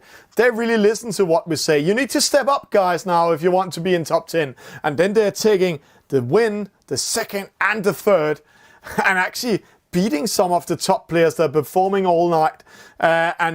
Right now, we have an interesting battle. Joan Cardona, he's getting the best possible result towards the final. He's in fourth, and see Pasto 8 points, and Crucilator 7, and that will give them a lot of points. And Avari top, it looks like he might not go into top 10 with this 12th position. That will be costly. Let's see, 19.2. The others are much faster than him. He's sailing into lighter speed. Let's have a look at the leaders, though, as they come towards the finish line. Guti, the man who sails a snipe in real life, 3 times European champion in the snipe, takes victory in race 5 in this semi-final, ahead of Bandito, Matías Bonet in 3rd, España 23.08, and Cruiselator just crosses the finish line there in 7th place. And behind him, Felix Pignol, probably with one of his most inconsistent performances right in this final race. He knows he's through to through to the final, though. But interesting to see this scoreboard here, because a lot of points will be switching around, and we will see a change in top 10, and we also see a change in top 5 that was secured in qualifying. Guti with a victory, Bandito 2nd, Matías Bonet 3rd, Espan 23.08 4th, Jon Cardona 5th, and that's good position for him. UMSB 6, Cruiselator 7, Pasto 8, Felix Pinol in 9th, and that's a costly one. Espan 17.94 in 10th, Avare top 11, Enric Nagura in 12th, Rouse and Lark 13, and I know he's secured of getting into the final, but why not come into the final with best possible result? Take a 13 position. I know he will be discard 13, but he will get the higher score into it. Nano Stinga in 14, Avaro in 15, Diego Botin, he will not be in top 10 with 16 position. Nakobo in 17, Panales 18, Art 19, Israel 20. And best start for Nano Stinga, and Matías Bonet had the best maximum speed. Espan 23.08 sailed the shortest distance. Jon Cardona, a lot of jibes, a lot of aggressive jibes again downwind to do some attacking. And here we see Guti coming with a bad start and winning that upwind, Alec. We have been speaking about it all the time. 49er, it's upwind, you're winning it. And here we see Guti starting in position 8, winning the upwind, coming in the lead, and defended that lead all the way. And it looks like Nano Stinga got a penalty in the start, drops all the way down, and couldn't come back in the race. Bandito winning a downwind race. It's the top mark race he's winning, and getting second. Matías Bonet winning downwind race, getting third. Great job by all of them. And I have to say, the loser in this race is actually Jon Cardona. He was in second and dropped to 5th. Can't wait to see the final overall leaderboard. And we will see this just after seeing one of the players in this race, Diego Botin, in the 49er.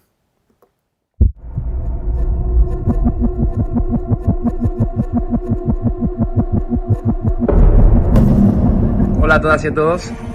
El trabajo en equipo en campañas olímpicas para alcanzar objetivos como el de ganar una medalla es fundamental, ¿no? El hecho de que el equipo de administración, el equipo de dirección, el equipo multidisciplinar, el equipo de nuestros entrenadores, todos rememos en la misma dirección, yo creo que es crucial, y sin ello es imposible llegar.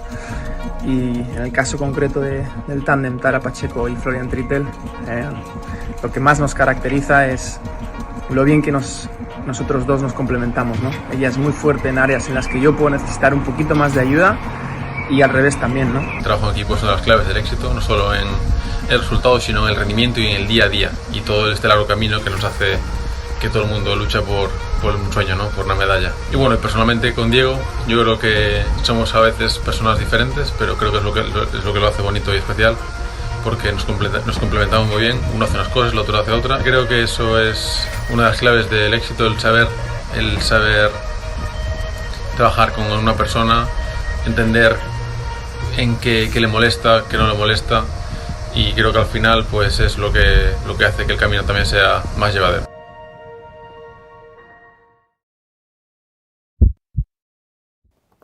And Alec Wilkinson, what a fantastic race we had here. All of you out there, it's going to be very exciting. We are having the scoreboard with us in a few seconds. But Alec, what a race we just saw.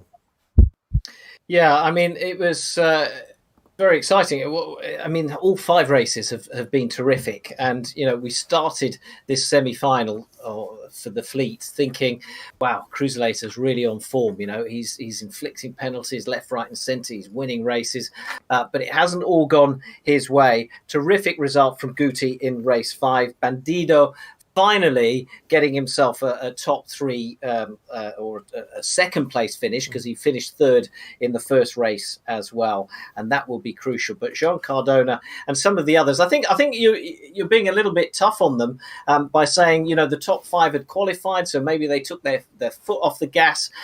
It takes a lot of concentration to race at this level, and they were on race 5. They knew they qualified, and I think however hard they wanted to compete, even if it wasn't intentional, it's quite hard to keep your foot on the pedal all the time. But they made one big mistake, Alec. And we have to remember, if you're winning this regatta, top 10 goes into the final. Number 1 gets 1 point into the final. Number 2, 2 points. Number 3, 3 points. So if you took the foot too much off the pedal, you're actually getting more points into the final. And that could be very costly in this high level, because the final format is only 3 races. And then it's top 10 going into the next. So that's very stupid if they made that. Let's go into the scoreboard. I know a lot of the viewers are waiting for it. So let's go in and watch the scoreboard. And there it is. Wow. Joan Cardona, in the end, qualifies in first place. Pasto is second. Yeah. Cruzelator, in the end, third. Just 2 points between him and Joan Cardona in the end. Felix Pignol fourth. Rausenlag gets in 5th. Matthias Bonnet in 6th, the man who finished 3rd in the last race. And Bandido in the top 10 in 7. Alvari top 8th. Nano Stinger in 9th. He's a young sailor. Enric Noguera in 10th. So just missing out. Panales, who, look at his results: a 5th, a 6th, a 12th, a 5th, a 60th. So, disappointment for Panales. It was all about lack of consistency there. Jacopo Garcia misses out as well. And Diego Botin, the Sail GP sailor, fails to make the final in his national eSailing championship. He will be so disappointed at finishing 16th. But Guti, who won the final race, ends up out of the running in 17th. Yeah, but I have to say, if just a player like Panales just put a little bit more speed on that boat and came in 17th, then no, he had to come in 16th position. Then he had come into the top 10 instead of, because Eric Noguer, he qualified in 2nd place. But see, he qualified from the qualifiers, Enric Noguer, with 2 points. That means he got 2nd in the qualifiers. Alvari top, he won his qualifier final and came in as number 1 to this race and ending up 8th. This just shows how big a level we have here in Spain. And Alec, that was semi-finals number 1 of today. The next one will start in around 10 minutes. And congratulations to the first 10 sailors qualifying: Joan Cardona, Pasto, Cruzelator, Felix Pinon, Rausenlag, Matthias Bonnet, Bandido, Alvari top, Nano Stinger and Enric Noguer. But so a huge number of sailors, 40 in total, split into 2 fleets, each fleet racing 5 races. We've had the first set of 5. So the first fleet, we now know we've taken the top 10. They're going into tomorrow's final. And the next 10 will be decided in our second semi-final that will be with us live in just a few minutes' time. Yeah. And after this small commercial break with some of the sponsors and also some of the cool videos from the Spanish Federation, then we'll be back with a second semi-final. And it's going to be very exciting. Top 10 from there will also go into the final tomorrow. So please stay tuned. We will be back in around 8 minutes.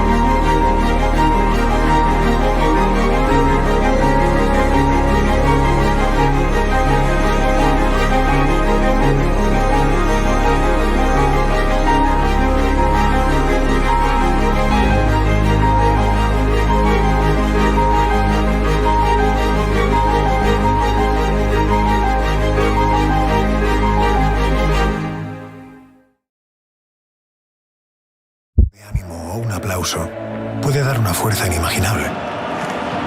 Por eso ahora, todo nuestro apoyo va para ellos.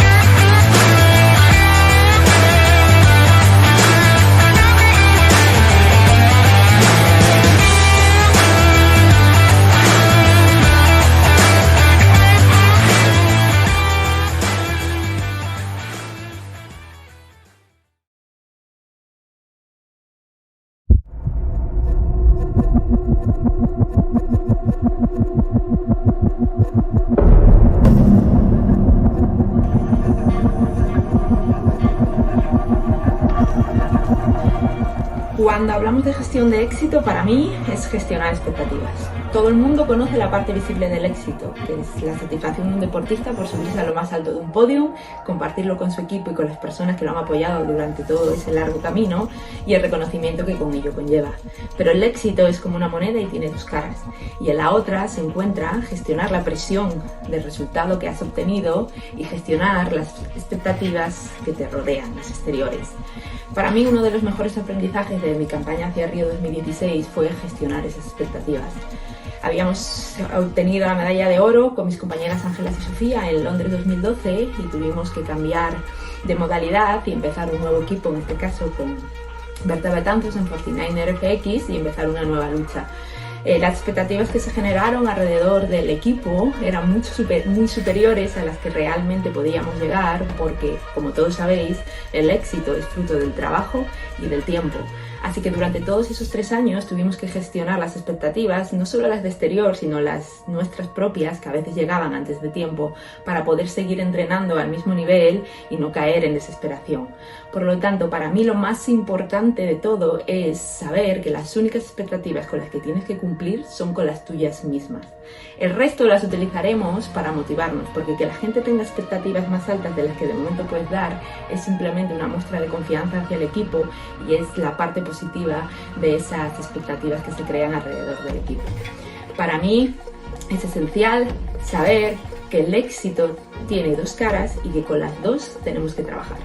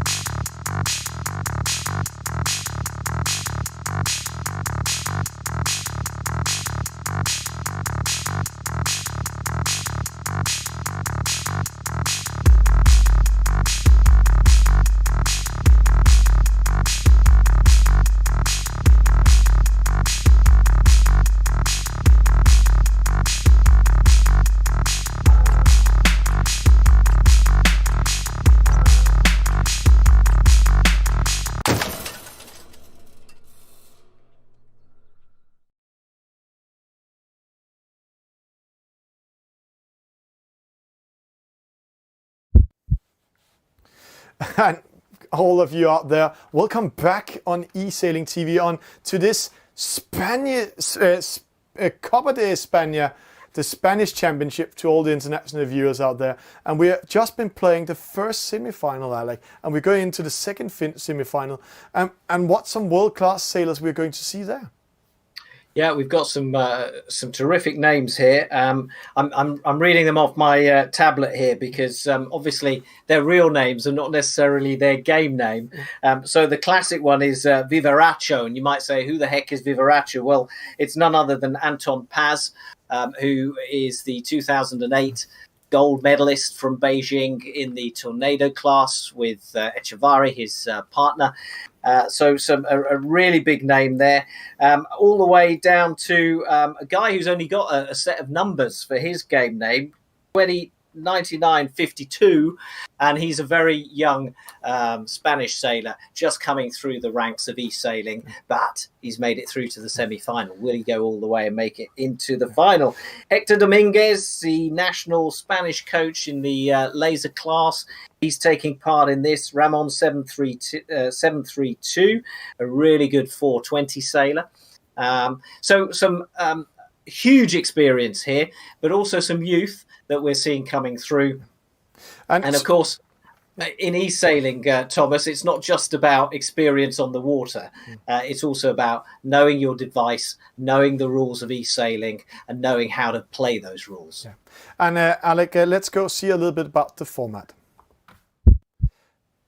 And the format we're going to experience again in this semi-final is the same as last one. They're getting their points from the quarterfinal, then they're getting 5 races back to back, and race number 1 is a long upwind in the J70. And I know the players are ready to start, so let's go in and see some cool action. Absolutely. Let's not keep them waiting. We've got 5 races. We've got 2 in the J70, 2 in the 49er, and 1 in the NACRA 17. We start with the first of the J70 races and some silver ferns being flown on those boats.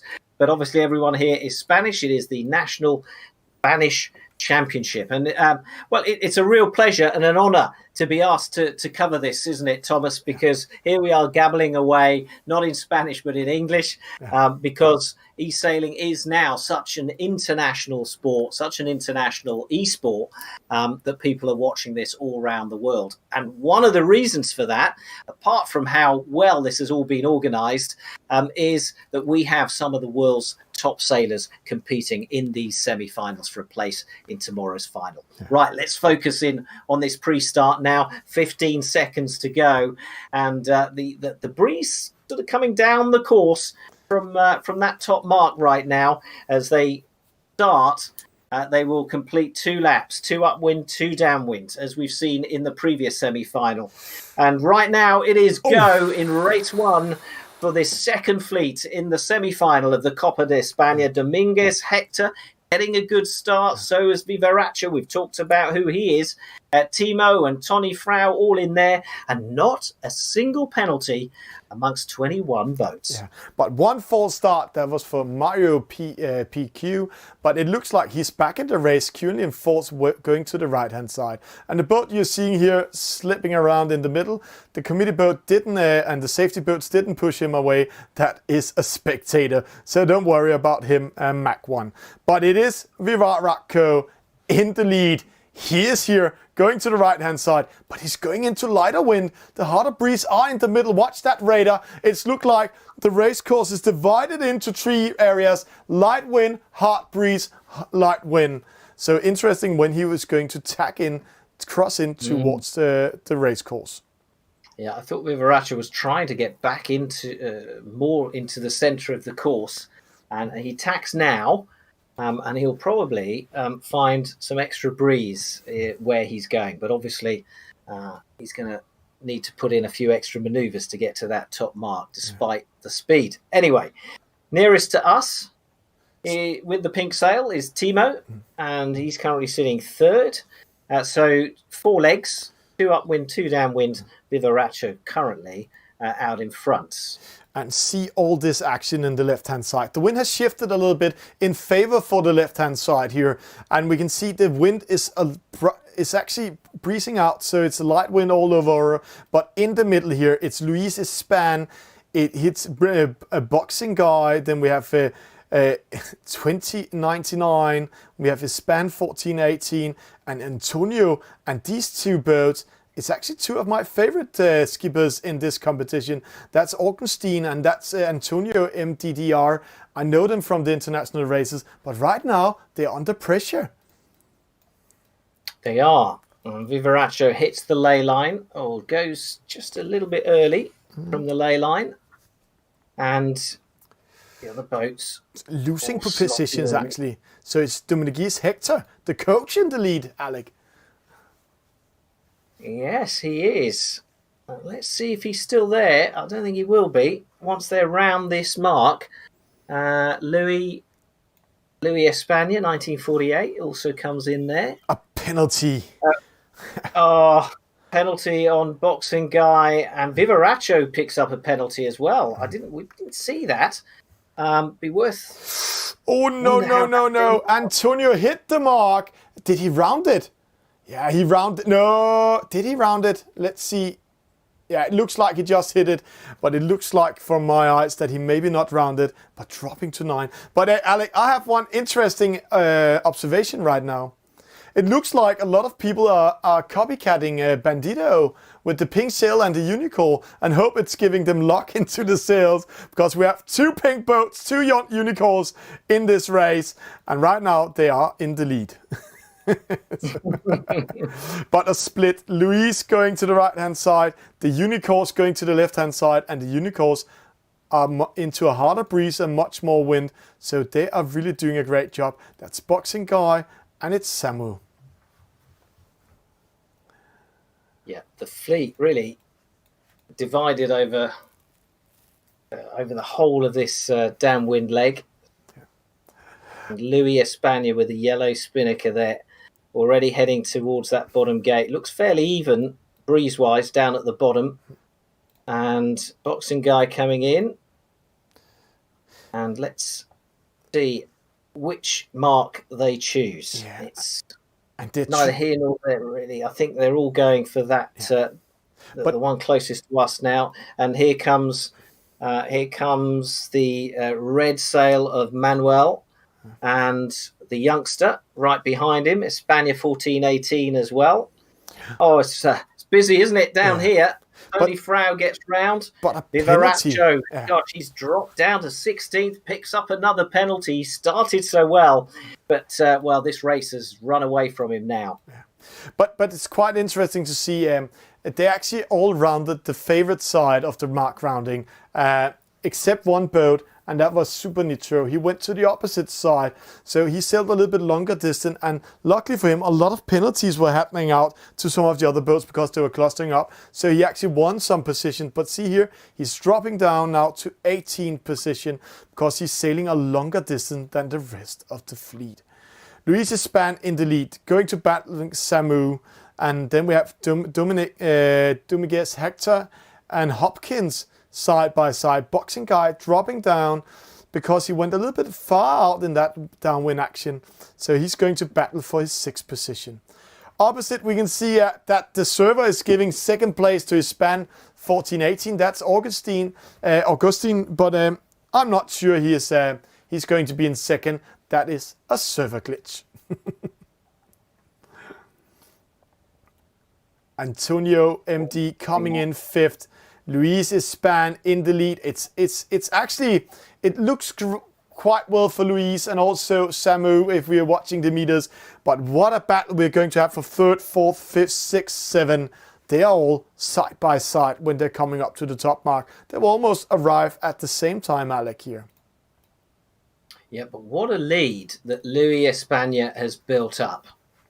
36 meters, and that is in the J70. That's going to be difficult to catch, especially as he now turns and heads downwind. He'll accelerate away, and barring disaster, he should be clear for victory.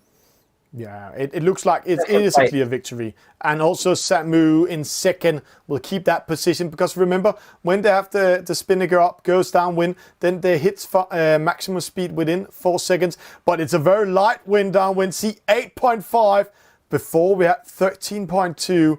Antonio with a penalty. So it's going to be a very slow downwind race we're going to see. So a lot of positions can switch. Antonio was trying to squeeze in on the inside, but hit the mark instead.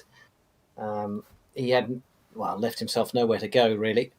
And a penalty was that for the pink boat. But anyway, Vivarech comes round. And so it's a procession down to the bottom gate. If you've just joined us and you didn't watch you weren't able to watch the first semi-final with us, basically they get a discard each as we watch them compete in these 5 races. So Vivaracho down to 17th now. It's just looking, a penalty for Pablo Portella near the back, in fact right at the back of the fleet. Boxing Guy now in 5th, but look how far and clear ahead Luis España is, out in the lead, 14 knots and heading towards the finish line, just ahead of Samu with the pink spinnaker. And then it's such a long way back, 100 metres to third place Dominguez Hector. But have we got a bit of a battle between third and fourth? This will be interesting. Can the 4th place boat close in? Can Boxing Guy do it? Can Dominguez hold on? Dominguez holds on for 3rd place. It's still a close race, but I have to say Luis Espan did a great job. And here we see rest of the fleet coming in boat by boat, side by side. Some small battles here, but quite interesting to see Vivaracho 19th, maybe losing this race in 20th position. I don't know who this purple sail is, but he actually sailed through the committee boat, missed the finish line, and is trying again, and finally finished the race last. But confirmation, Luis Espan with a victory. Great race by him. Winning with 4 seconds to 2nd place, Samu. Then we have Dominguez Hector in 13th position.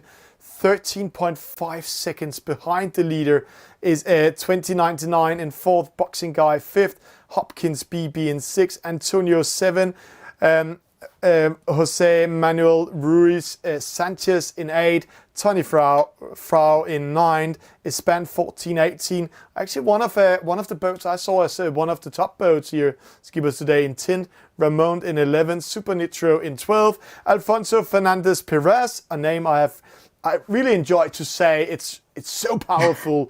13, Timo, one of the fans' favorite in the chat.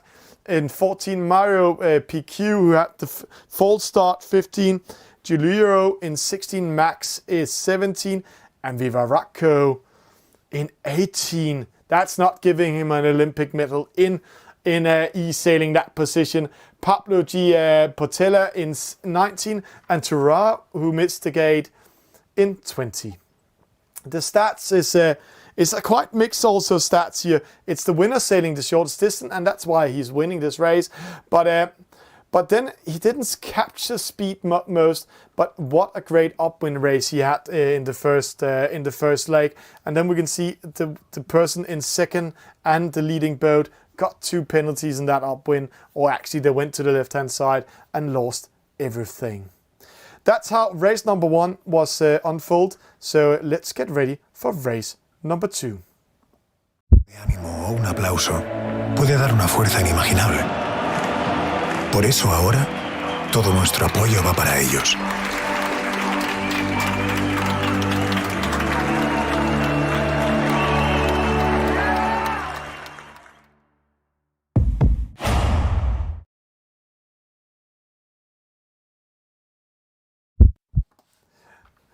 And Alec, let's go in and see the results. It's quite interesting what's happening. What we just experienced here is those winning this race was those not qualifying the best position into these semifinals. So let's see how this goes. Yep. So here we are. It's That's how they're looking right now. Yeah. It's only one race gone, though. There's a lot of racing still to come. Yeah, it's Luis Espan with a victory, but he qualified in 6th position. Hector Dominguez, he's got 3rd.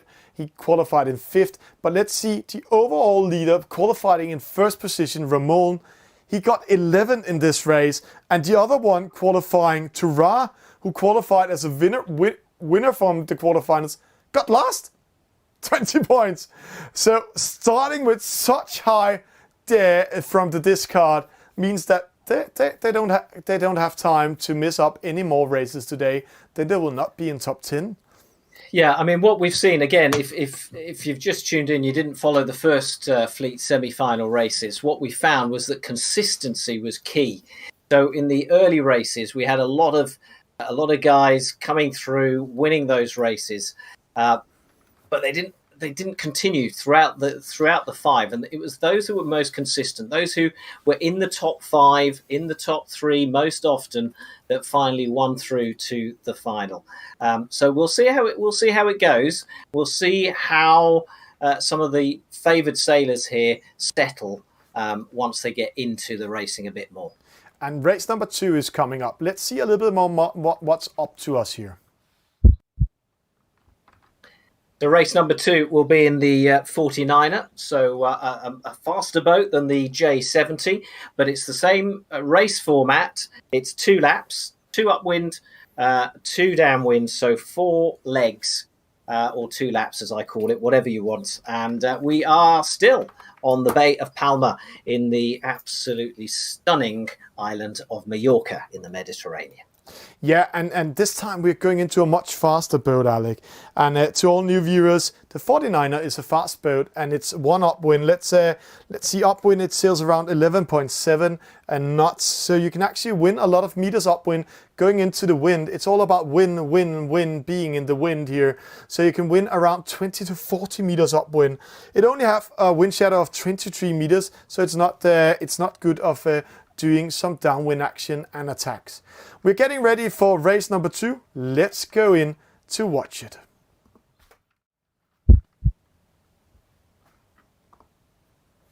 Here we go. Race number 2 in the 49er. And this is the moment where they're kind of just sort of sitting around looking at that top left radar, trying to see if there are any shadows on the water that might signify some gusts of wind coming in. But with 50 seconds to go, they'll now start to move and maneuver and get into the position that they want to be in. Where do they want to be on the start line? At the moment, they're favouring this right-hand side where the committee boat is.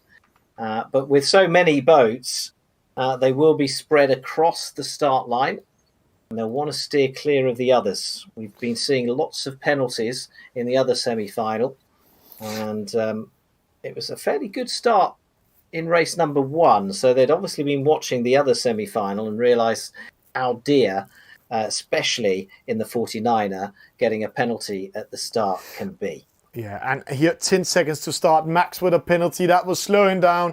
Let's see if they get a clear start, Alec. They're coming in. It looks like a clear start. No false start. The fleet, one false start to span 14-18. And he was actually one of the winners coming into this semi-final. And again, not performing from the start. Let's go to the right-hand side. Max, who got that penalty in 15, going to the right-hand side. Let's go to the chopper view here and see how the fleet is splitting up. Opposite side, they're very split up. Luis again in the lead, here in the middle. That's a guy who wants to win. This shot gives you a really good sense of the speed of this 49er as they head upwind for the first leg. And Luis España out in front again, ahead of 2099 and Jose Manuel Ruiz in 3rd, Hopkins B in 4th, and Vivaracho, who started so well in race 1 but then dropped back.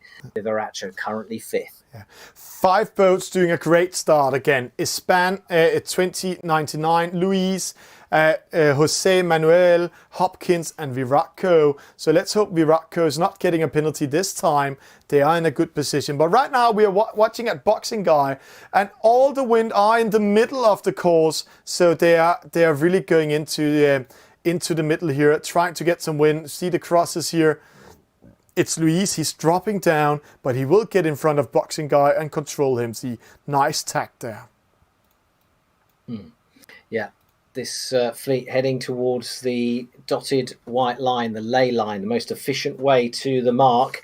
And you'll see them tack now and head towards that mark. They're coming, others are coming in from the left-hand side.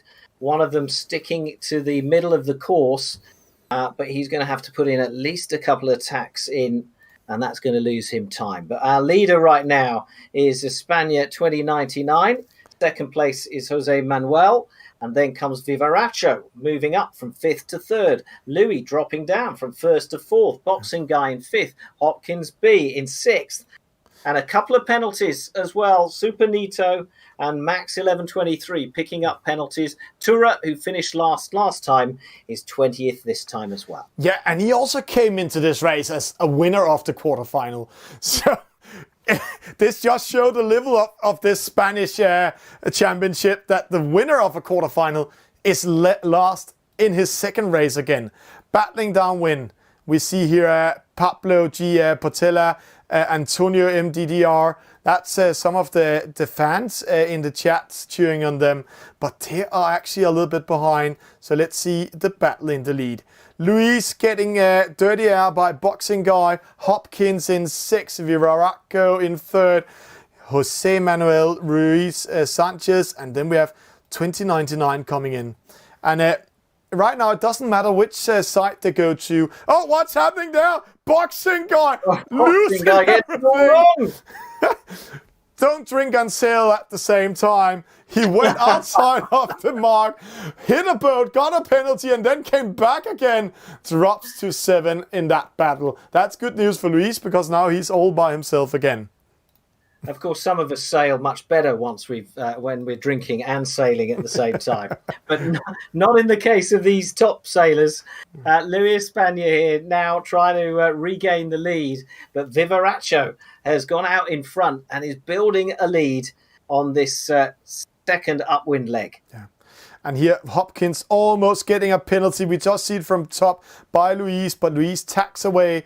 Dominguez Hector in 10th, so not his race this time. But let's try to follow the leader. He's under pressure. He's just managed to go in front of 2099. So a lead for Vivaraccio, but it's a very small lead. But he needs to be at least 18 meters ahead to be outside of that wind shadow when they're going downwind.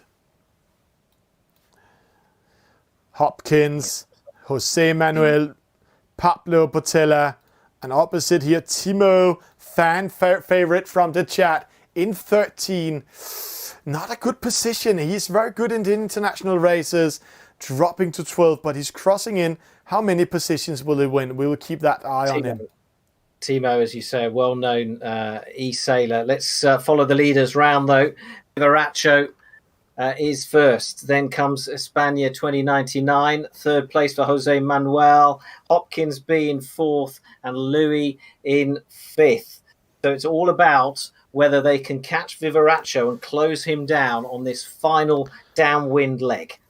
Yeah, and Timo in 11. Yeah. And also, it's kind of first and second look like they're clear. But we'll see. We'll see. And they're accelerating away. Sometimes they're reaching about 20 knots on these downwind legs. And second and fourth cross.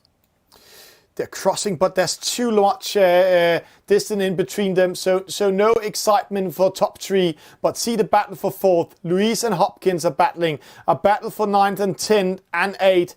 They are also battling and can lose it.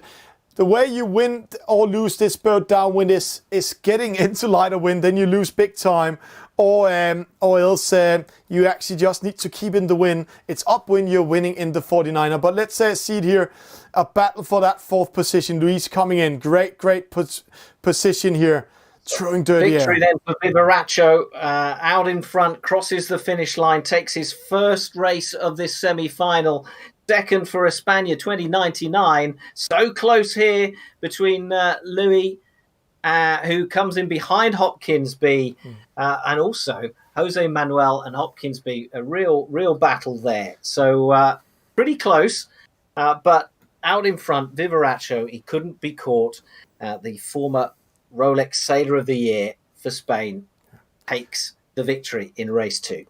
But quite good to see this level of this race, how they in the end are battling for those points. If we just start from below, there's less than 0.2 seconds in between each boat from position 15 to 20. So what a battle coming in. Vivaraccio in the lead, the Olympic winner, tries to come back here and take some thing here. And then we have 2099 in second, Jose Manuel Ruiz Sanchez in third, Hopkins in fourth, Luis Espan fifth, Dominic Hector sixth, Antonio 7, Pablo G. Portela 8, Espan 14, 18, 9, Boxing Guy 10, Timo 11, Super Nitro 12, Ramon 13, Samu 14, Alfonso Fernandez Perez 15, Mario PQ 16, Tura. Again, a really bad position, giving him 17 points, Max 18, Tony Fraud 19. And sorry to say to Javi, as to in the chat, Julio in 20th position.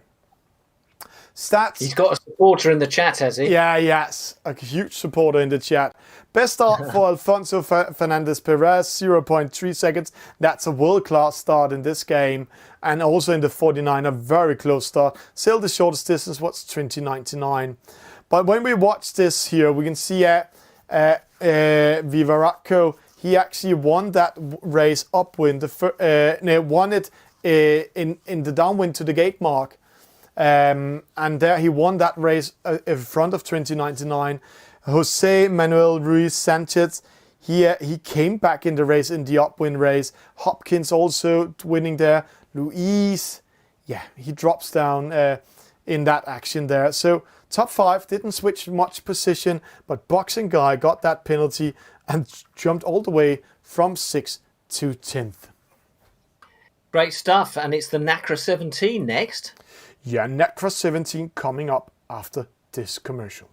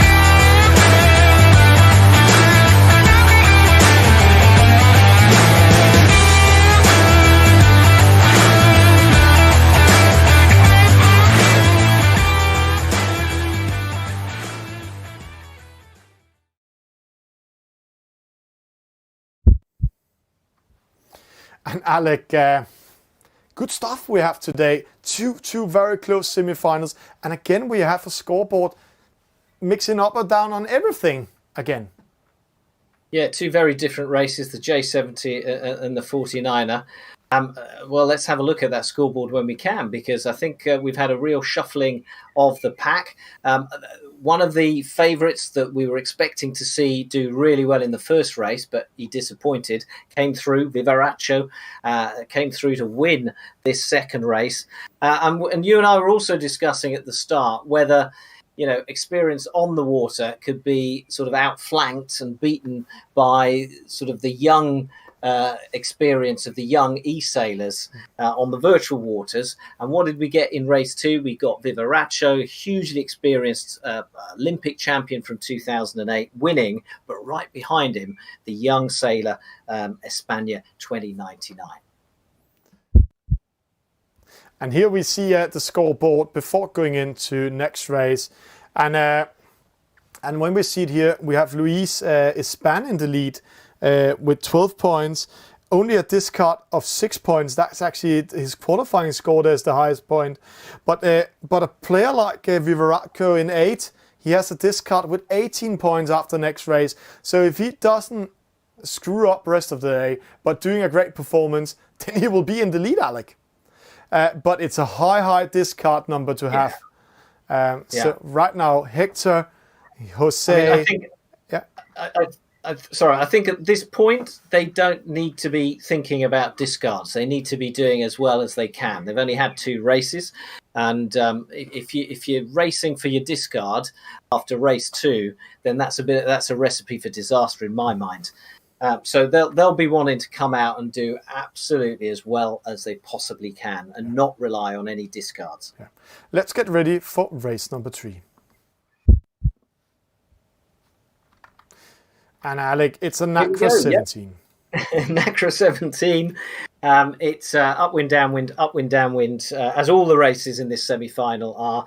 But the NACRA 17, very similar to the 49er as in eSailing terms anyway, in as much as the upwind legs are fundamental for anyone wanting to win these races or get a good position in the races. They're far more important than the downwind legs are.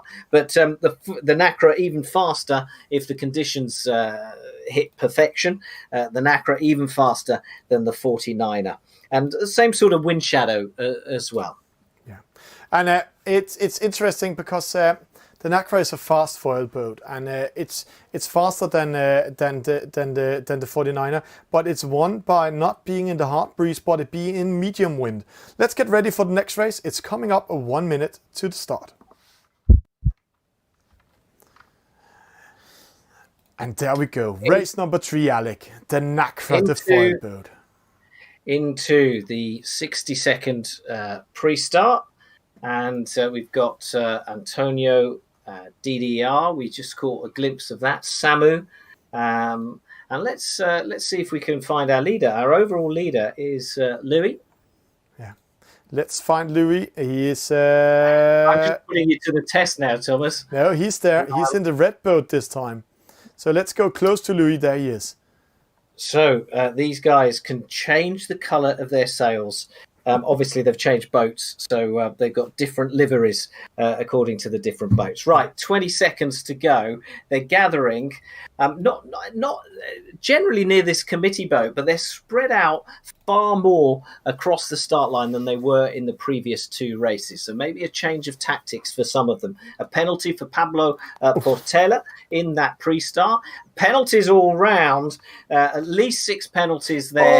So a few early starts. Vivaracha goes back to start again. He was over early, but out in front and racing is Boxing Guy. We've seen him challenging near the front all the way through, and it's about time he broke into the top 3, I'd say. Then comes Mariop, then comes Hopkins B, and Hilario in 4th. Yeah. So interesting start, lots of mistakes. Yeah. We just spoke about how not to do a false start, how Viveraccio needs to keep up that gear because he had 18 points in this card. And in this case here, he got a false start in a NACRA 17. He is in 20th position. He can't be far behind. He is in last. Going to the right-hand side. Let's try to see some action up there. Tura also again in some of the last positions there. All right, so we're with the leaders now. Pablo Portela, we just caught sight of him. I think he's actually down sort of middle of the fleet right now. But I think he might be in the lead. See the wind. They're in a darker breeze, harder breeze. The wind is quite neutral. See, he's coming in front of Antonio MDDR. Oh, just going behind him. So he is in top 5 at the moment. So Antonio took over that lead at the moment. Great job by him. Yeah, and he just pulled out of that. He wasn't going to stick behind them. We'll see if he comes back into shot. But that was Samu with the red sail. And let's see who reaches this first mark out in front. And it's going to be Antonio M. And right behind him is Pablo Portela and Samu Mariop, also in the hunt. And just a couple of penalties, which, given the speed of the boats and the size of the fleet, is pretty good going. A penalty for our overall leader, Louis España, at that top gate. And his race is looking pretty awful right now, sitting near the back of the fleet, as we watch them head downwind for the first time, heading towards that gate at the bottom with the two sort of beams of light sticking up out of the ocean. Yeah, and see, Super Nitro, he's not getting Super Nitro at the moment. He's in lighter breeze, he's sailing 23.4, the other ones are 23.7. He's coming in from the wrong side, so the other boats have the right away, getting that penalty. But we just see here the fleet is actually following each other quite well, rounding these marks here. So great job by all of them. But it's Antonio MDR in the lead.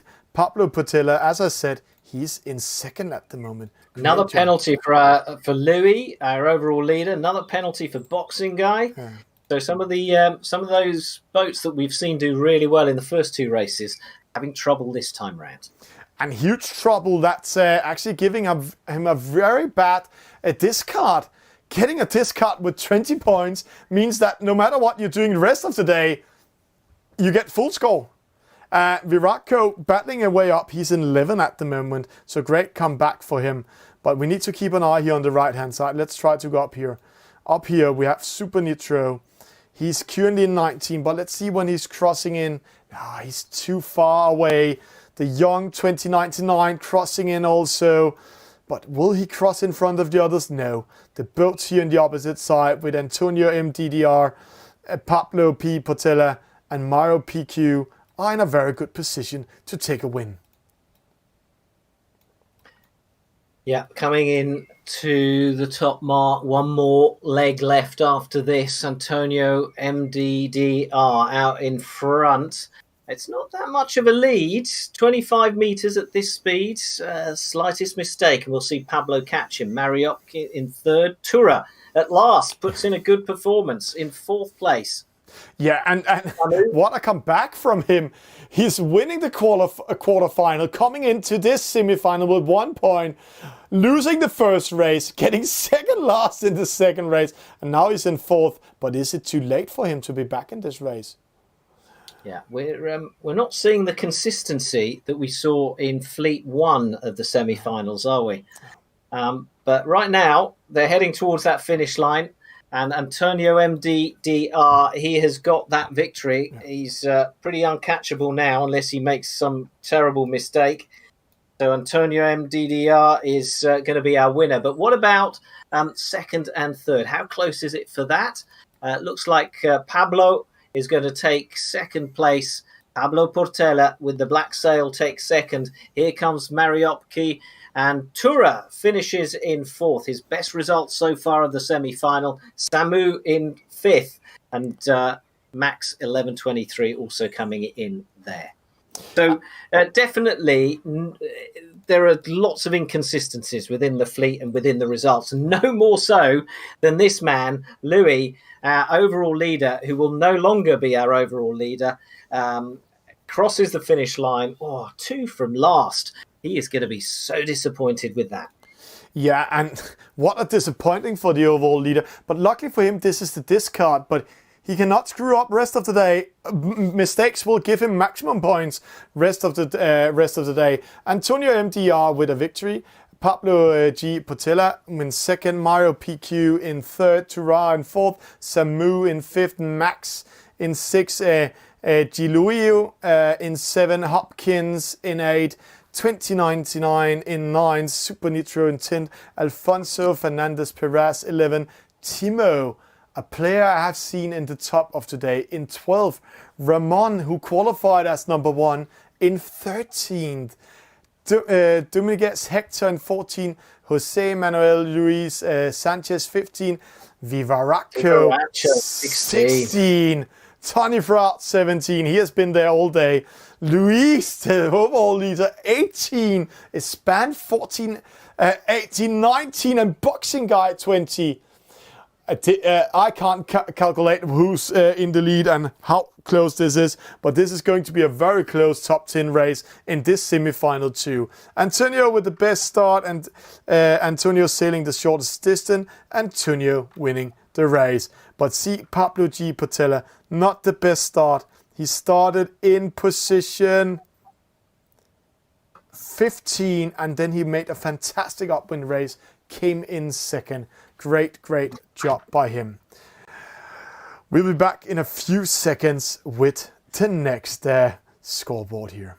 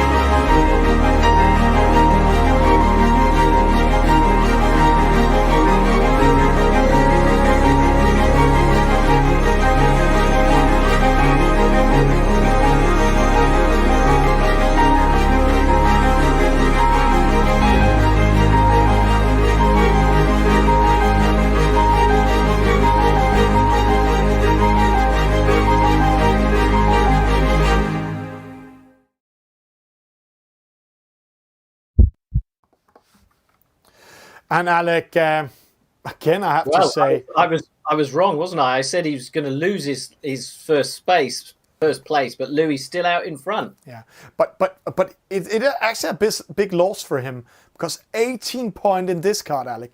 18 points. There's no room for mistakes anymore today. He will just get the points as it stands into the account all the time. So an 18 pointer again, he will be out of top 10. Yeah, so he's got his spare life and he's taken that, and now he's got 2 races left, so he can't afford to make any more mistakes. Just 2 points between him and the youngster España 2099. Jose Manuel in third, but look at that. There's 3 of them, all on 14 points. Hector Dominguez is there as well. And then there are a few on 15 points. So it's really close. But the inconsistency has been very interesting. Now, we've had 3 races, and there really is no more room for mistakes. We've got 2 more races to come, back in the J70 and then back in the 49er. 2 very different boats. We'll see what the results tell us. Yeah. Let's get ready for race number 4. J70, back in the slow boat. Yeah. Well, slow compared to the other 2 anyway. And this, in contrast to the NACRA, as we said in the earlier race, the downwind is all important. With a 30-meter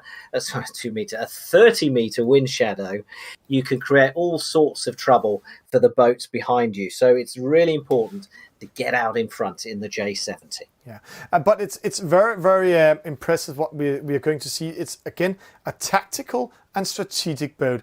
And this boat is one in the downwind action. We saw some of the boats, the 49er, some of the boats skippers won in the downwind action, but that was only because some of the other skippers went into lighter wind away from the harder breeze, and that was very stupid made by them. But Alec, we are ready for race number 4 coming up.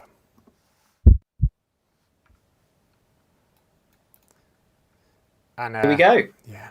Just over a minute to go, and some of our top sailors, eSailors from Spain, competing in this national championship, being streamed right across the world by eSailing TV, and the pressure is beginning to build on these guys as they run out of races. Just 2 more races to go to decide which of the top 10 from this fleet will make it through to tomorrow's final, which we will also be covering live for you. I'll tell you more about that a little bit later on. But right now, a few penalties being picked up as they jostle for position and battle for advantage coming into the start line. 20 seconds to go. They're just holding back now, especially those boats near the front. They can't cross that line too early. And they're spread out right across the start line, but most of them seeming to favour the middle part of the line and the centre of the course. It's 5 seconds to go, and there are a few they're really struggling not to go over early. And it looks like it's a clean start for the whole of the fleet. A couple going back, not wanting to take any risks, going back and starting again. Penalty for Pablo Portela, who finished second in the last race. But out in front, at last, Timo. And I say that for the fans watching on the chat and sending him good luck messages. Out in front is Timo, España 14-18 second. But neck and neck, bow to bow, as we start this long race up towards the top mark. But interesting, Alec, here, because Timo and his span 14-18, that is the top e-sailers. And we haven't seen them perform as top e-sailers in this regatta, in this semi-final. And then we have one guy battling for his 10th position. He's here in 8 at the moment, 7. Vivaracco. Also very mixed position. He has 21 points overall right now. And from position 7 to position 15, there's 3 points in between. So everything can happen. This is the most open semi-final we ever had. We actually had in these two races. We can't say who's going into the finals already. And here we have one of the leaders. I think he was in second position overall. Pablo G. Portela. 20 points. It will be his discard, but what a discard to have. Early days yet, Thomas. We'll see how this pans out. Antonio MDDR, winner from race 3, is currently winning this race. But you can tell, can't you, having just watched the NACRA and the 49er, you can just get a feel for how much slower this J70 is. With a crew on board, of course. It's a whole different racing experience. And I'm looking at the top radar, and it looks to me like the wind is a little bit stronger out on that right-hand side. Yeah, Hopkins are in stronger wind. The wind is coming from the right-hand side. That's giving him a little bit favor, but I think he's a little bit too long away. But see here, I think that's Samu coming in here. We can't see it. Sometimes there's a server glitch, but I think it's Samu coming in here. They are side by side, and they are don't need to do an extra tack upwind, and they can change the angle and close that gap to the ley line, so the other boats need to do two tacks or needs to go behind them. But it's Luis's span in the lead, back in the lead when we're coming to tactic and strategic boats. Yeah, sneaking out in front. We hadn't seen much of him in this upwind leg, but now he tacks and comes into this mark, and he's going to round it in the lead. Our overall leader has shown his class in this J70 to take the lead. As the rest of the fleet all come in, and they're bumping each other and picking up penalties, and one of them has got caught on the mark, and he's going to have to go around and try again. It's Vivaraccio. He was in 4th, Alec. In 4th, and then he went upwind, bad angle, and now he's last. Was that the final? What costed him to go into the final? We don't know. We will see it. Long race back yet. It's downwind action, 30 meters of wind shadow. That could see him out of the final. Vivaraccio, it means brilliant in Spanish. Well, he's going to have to shine now if he wants to claw his way back to the top of the fleet and have any hope of making the top 10 and making the final tomorrow. Out in front is still Louis, building up an advantage of almost 50 metres. Hopkins in 3rd, Mario Key in 4th. Yeah. There's maybe a small slit from Vivaraccio. See the boats on the opposite side. Lighter wind, 10.5, 11.7 here. 12.1, so he's going into stronger wind, and that's actually giving him more wind into the sail and more speed in the boat than 8 other boats. So that's opening up. He's back in 18th, and he's taking meters on the others. And it's Samu in 2nd. Computer's just giving him a number, but that pink sail is Samu, and he's coming through the gate in 2nd place right now, just ahead of Hopkins B. Mariopki in 3rd. Mariopki finished 3rd in the previous race. And we have a huge gap in between the fleet here.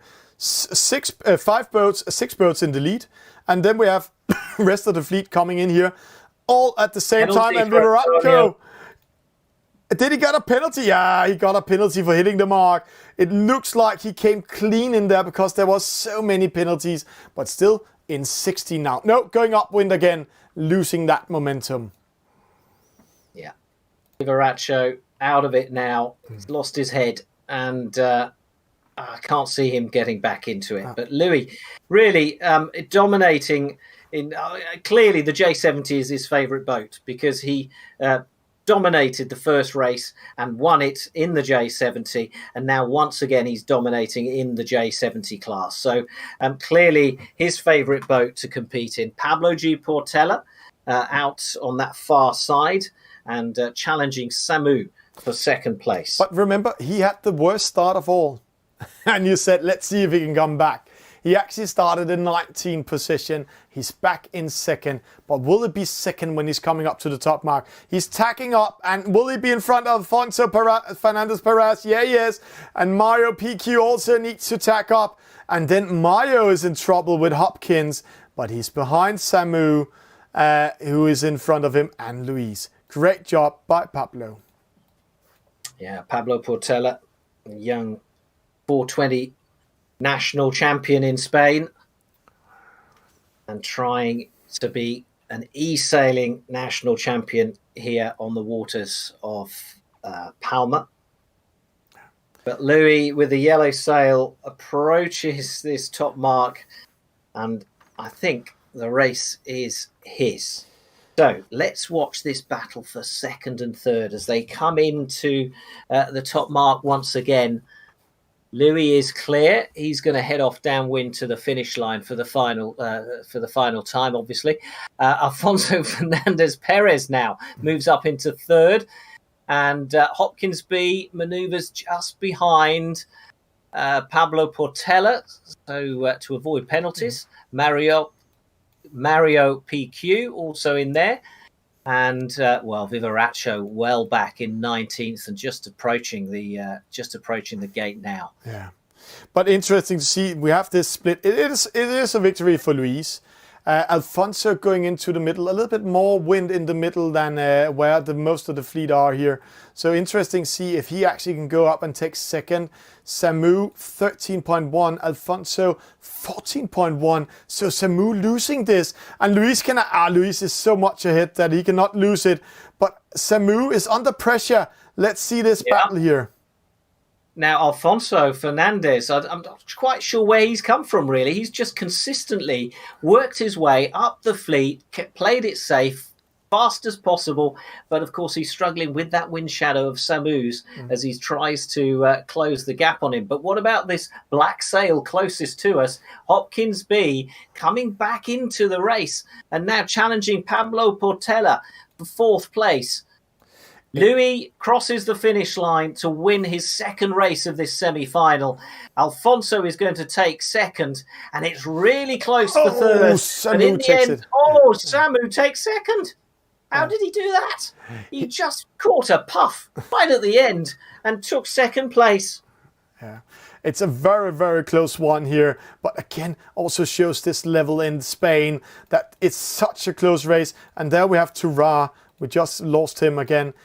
Battling for coming over there, coming over 14th, and see who's coming in last. Oh, please stop jumping. There we have him. Vivaratco, 19th, maybe 18th, but that won't help him.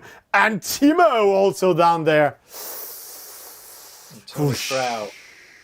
Yeah, so a great victory for Louis. Really dominant in the J70. Yeah, Samu in the second, Alfonso Fernandez Perez third, Pablo G. Portela fourth, Hopkins fifth, Mario PQ 6, Antonio MDDR 7, Ramon 8, Jose Manuel Luis Sanchez 9, Julio in 10th, and the youngster 2099 in 11, Dominic Hector 12, Ispan 14-18, had a fantastic start, but then he got a penalty upwind.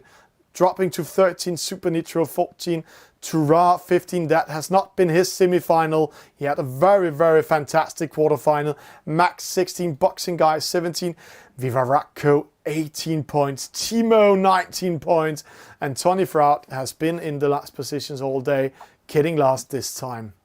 But best start for Vivarakko, and but it was Luis sailing the shortest distance, and the loser sailing the best maximum speed. But that doesn't tell anything, because if you're sailing the best maximum speed, you can actually also sail the longest distance.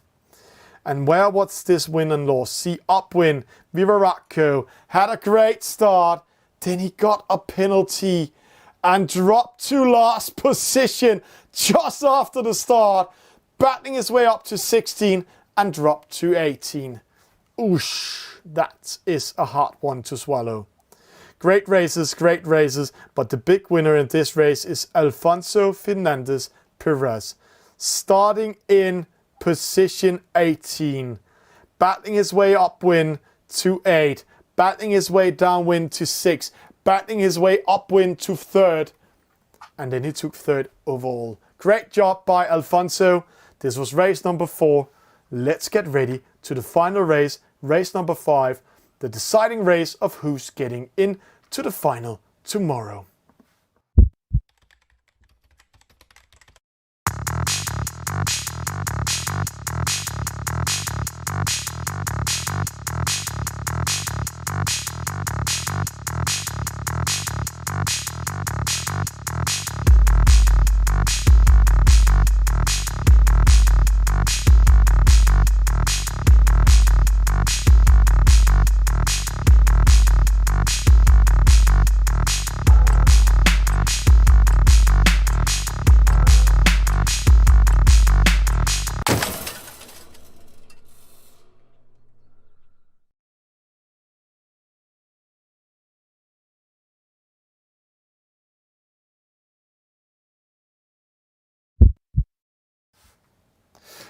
Alec, again, very open semi-final. We're getting ready for the last race of semi-final 2, the race deciding who's going into the final, and we can only say that 2 skippers are secured. Yeah, Louis and Samu, 1st and 2nd, happen to be 1st and 2nd if race 4, are also 1st and 2nd overall. They are through to the final, but look how wide open the rest of it is, from 3rd all the way down to, you. What was the maths? All the way down 12th. to what position can 12th. make it? Down to 12th can make it into the final. So I'm going to just bend down to look better at the screen. Yeah. So let's Ramon open it up 11th. Ramon, who's 11th, thank you very much. Ramon and Agustin in 12th, also challenging for a place in the final. Ura and Vivarakko and Timo all out of the running. But really close. But watch this, Alec. Number 11, Ramol. He won his quarterfinal and came in as number 1. Augustin, Span 14-18, came in 2nd. Tura came in as a leader. Super Nitro as 3rd. And right now, they are battling just to survive and maybe get in 10th. That is a game changer we just had here. Huge game changer. Yeah, incredible, really. And but let's see how Louis gets on. I mean, I know he's through, but I get the feeling that the 49er, which is the next boat they're going to race, is not his favourite. So different boats, different styles of racing needed, different strategies. Let's see what happens. But you're right. I mean, it's impossible to call who is going to make it into the top 10. And race number 5, as you said, Alec, it's going to be a 49er. A 49er coming up here in the last race. It's a fast boat. It's all about that upwind race. As we just saw, some of the skippers did well here in the Nacra 17. But downwind, you can lose this boat, because downwind, if you're going into lighter wind, then it's game over. Then you can lose around 4 to 5 knots with the others. Race number 5 coming up. They're getting ready in there. Alec, let's just jump into it. This is the deciding race. who will be in top 10, who will be in that final tomorrow. All open. 2 players has qualified, but there's still 8 spots to be covered for tomorrow. Yeah, the eSailors we've spoken to, have told us that really their focus in the 49er is doing the upwind legs well. If they do the upwind legs, they kind of hope that the downwind legs will look after themselves in this boat. But we're waiting for the clock to start, and then we'll start getting a feel really for where the eSailors think that the best conditions are on that start line, left, right, or in the middle. Committee boat on the right hand side, the pin end, the yellow mark on the left, and then they head upwind, come back downwind, go upwind, and then the final leg downwind. Yeah. And here is the start procedure. 20 skippers from the start. This is the last race of Copa de España in the semi-finals. Who will be the last 10 skippers joining us in the final tomorrow, Saturday the 10th? Let's see who it will. And also we have to say there's a battle for points, because if you're winning this regatta, you're getting 1 point transferred tomorrow. Second place, 2 points. Third place, 3 points, and so on. But it's only 10 skippers coming in. So it's not just a battle to qualify in the top 10, but if you're sitting, 10, 9, 8, if you're sitting down that lower end, you are battling in this race, not just to make sure that you are in the top 10, but you're also battling to try and get as high within the top 10 as possible to give yourself a chance in the final. Yeah, and 15 seconds to go, and they seem to have chosen this right-hand side. So that's where they think the fastest breezes and the best conditions. 5 seconds to go. It's race number 5. It's the final, semi-final race of the Copa de España. They're away. A couple of penalties, Supernito and Hopkins B picking those up on the start. They start again, but the rest of the fleet head off towards that left-hand side. Dominguez, Hector out in front, ahead of Alonso Fernandez and Vivaracho in third. Yeah. And 2 false start for the youngster Giulio, and Hopkins also getting that false start. That's very costly, because the 49er is all about the upwind race. Timo in 16, Samu in 17. That's sealing that he's not going to win this and get 1 point into the final. Opposite side, 2099 in 5th, but waiting to be able to tack up. Dominic Hector, he wants that 10th position. He's currently in the lead. And now they settle down in this upwind leg. They settle down. They look around. They have an eye on that top left radar and start to work out where the others are and where they want to be. Yeah, and doing the math here while we're racing, that's a very good position for Vivaraco. He is currently in 15 with 39 points, but he have 6 points up to that 10th position, so he needs to be 6 positions in front of top 10, and that's Alfonso Fernandez Perez, and he's currently in 8. So battles coming in here, where we are seeing Antonio MDDR crossing over to the opposite side and maybe take the lead. Antonio MDDR, he's had a good few races in this semi-final. He's performed reasonably well and won race number 3, which was in the NACRA. But now he's doing the business. Timo there, hitting the ley line and heading towards the top mark. But it's Ramon 732. We haven't spoken about him at all in this semi-final. He is now appearing to be a real serious challenger in this final race. Alfonso Fernandez second, Louis is third, España 14-18 fourth, Tony Frau in probably one of the best positions he's had so far in the semis in fifth. Yeah, and I have to say this standing is very bad for Vivaraco, because in the lead, Ramon, who qualified as number 1 into this semi-final, If he takes that victory, he's secured in top 10. Luis, he is secured, but Espan 14-18 is battling for being in top 10. Tony Fraud doesn't battle for anything than the honor, but Alfonso Fernandez Perez, he's currently number 10 in the overall score, and he's currently, in this race, number 2 and number 2, and will be 2nd if this stands. And that means that it's goodbye, Viva Rocco. Yeah, the overall standings changing the whole time with every overtake. It's almost impossible to keep up with, except for Thomas, of course, who can do maths faster than anyone, faster than his laptop. Here comes Louis round this gate, and then comes Antonio and España.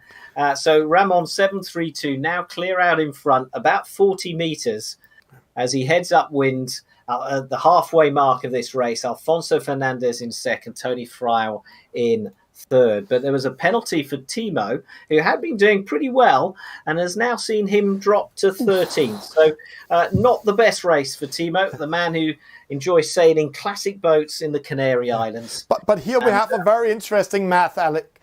Pablo G. Portela, 16. His discard is 19 points. So if he's getting 16, he's currently in 3rd. That will give him 36 points. And that can actually put him outside of top 10. So a 3rd place overall leader can actually lose everything if he's not joining up the lead. He needs to be 12th to secure his position. So he really needs to do something great. Ramon still in the lead. We'll see. Ramon, now the lead has shrunk a bit. So Louis has moved up to 2nd place and is now just 25 meters off the pace. So we'll see how that unfolds. And also the battle for 3rd and 4th. It's so close amongst the top 5 in this final race of the semi-final. Yeah. Ramon is round. Here comes Louis. So he's just a few seconds behind. España 14-18 and Tony Frau in 4th. Alfonso Fernandez in 5th. Now, Alfonso Fernandez, the man in 10th place, ahead of most of his nearest challengers for that qualifications place. So things are going well for Alfonso Fernandez. But interesting call here. See, Tura in 17. But see here again, 18th position. Jose Manuel Ruiz Sanchez. And with a penalty for hitting the mark, unforced penalty. He is currently in 6th, Alec. And his other discard is 15 points. So he will get 15 points. He will drop out of top 10 also. So where's Pablo? He's in 16. This scoreboard will change. Pablo needs to move up, but he's running out of racetrack and he's running out of time because the finish line is just ahead of them there. And Ramon 732 out in front, hitting 18 knots now, is heading towards that finish line and will be the winner of race number 5, the final race of this semi-final. Yeah. 2nd will be Louis, and Tony Frau is in 3rd place, but being challenged really hard by España 14-18, and also in the mix, Alfonso Fernandez in 5th. And it's going to be interesting to see who's got it. I quite fancy Alfonso Fernandez here. He's on. I thought he had the right line, but he put in an extra jibe. And now Tony Frau comes in to take 3rd place. And who will take 4th? Alfonso took it. So close. You're going to call that? Who got 4th? Alfonso took it with a penalty. But here it's interesting. Let's see. Where's Pablo? 16. Where's Jose? 17. No. Sneaks up and take. What did he take there? Oh! Will we see 2 top 5 persons drop out of the final ranking score? That is very interesting. Ramon in with a victory, a very important victory. Luis sealing the deal, getting a victory of the overall semi-final in this semi-final too. Tony Fraud coming back with the honor, the right place with a 3rd place. Espan 14-18. Sealed the deal and qualifies top 10, but which position will he be in? Alfonso Fernandez Perez in 5th, Dominic Hector in 6th, 2099 in 7th, Antonio MDDR 8, Hopkins 9, Vivaracco 10th. I think that was goodbye to him. Max 11, Mario 12, Samu 13, it doesn't matter anything for him. Disappointing result. It will give him 13 points. Maybe he will drop to 4th or 5th because of that, because he's not focused, but he's secured of going into the final. Giulio, with that penalty in the start, false start, drops to 14. Tura, 15. Pablo G. Portela, 16 points. He will get 16 points. Jose Manuel Luis Sanchez, 17 points. He will get 17 points. Super Nitro, Timo, and Boxing Guy. And the stats doesn't even matter here. Let's just see here. Dominic Hector was the big winner in that upwind race. Won 4 positions in that. Hopkins also a great winner in the upwind race. Winning from 14 to 9, 5 position upwind. And the same thing Mario PQ did. So there's also some losers. That's Giulio, that is Timo, and that is Pablo G. Portela, and also Jose Manuel Ruiz Sanchez. But will they lose everything? Will they be out of the Spanish Championship? Stay tuned to see what the result is.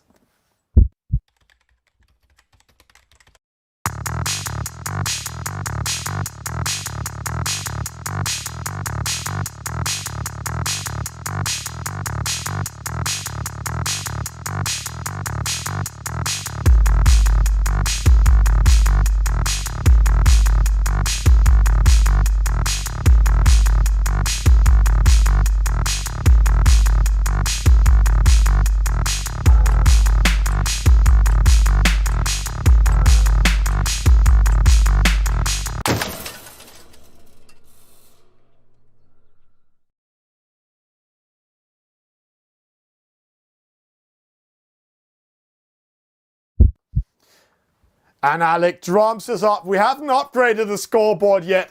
We need to do some math. But Pablo getting position 16. We'll give him 16 points. He has 20 points. Jose Manuel Ruiz Sanchez getting 17 points. And he has 23 points. And when we're watching that discards, then he will get 15 points. That will cut 2 points out. So that will give him 38 points. And so this is how we went into that final race. Yeah. And what will the results mean? Obviously, Louis is through, and obviously Samu is through.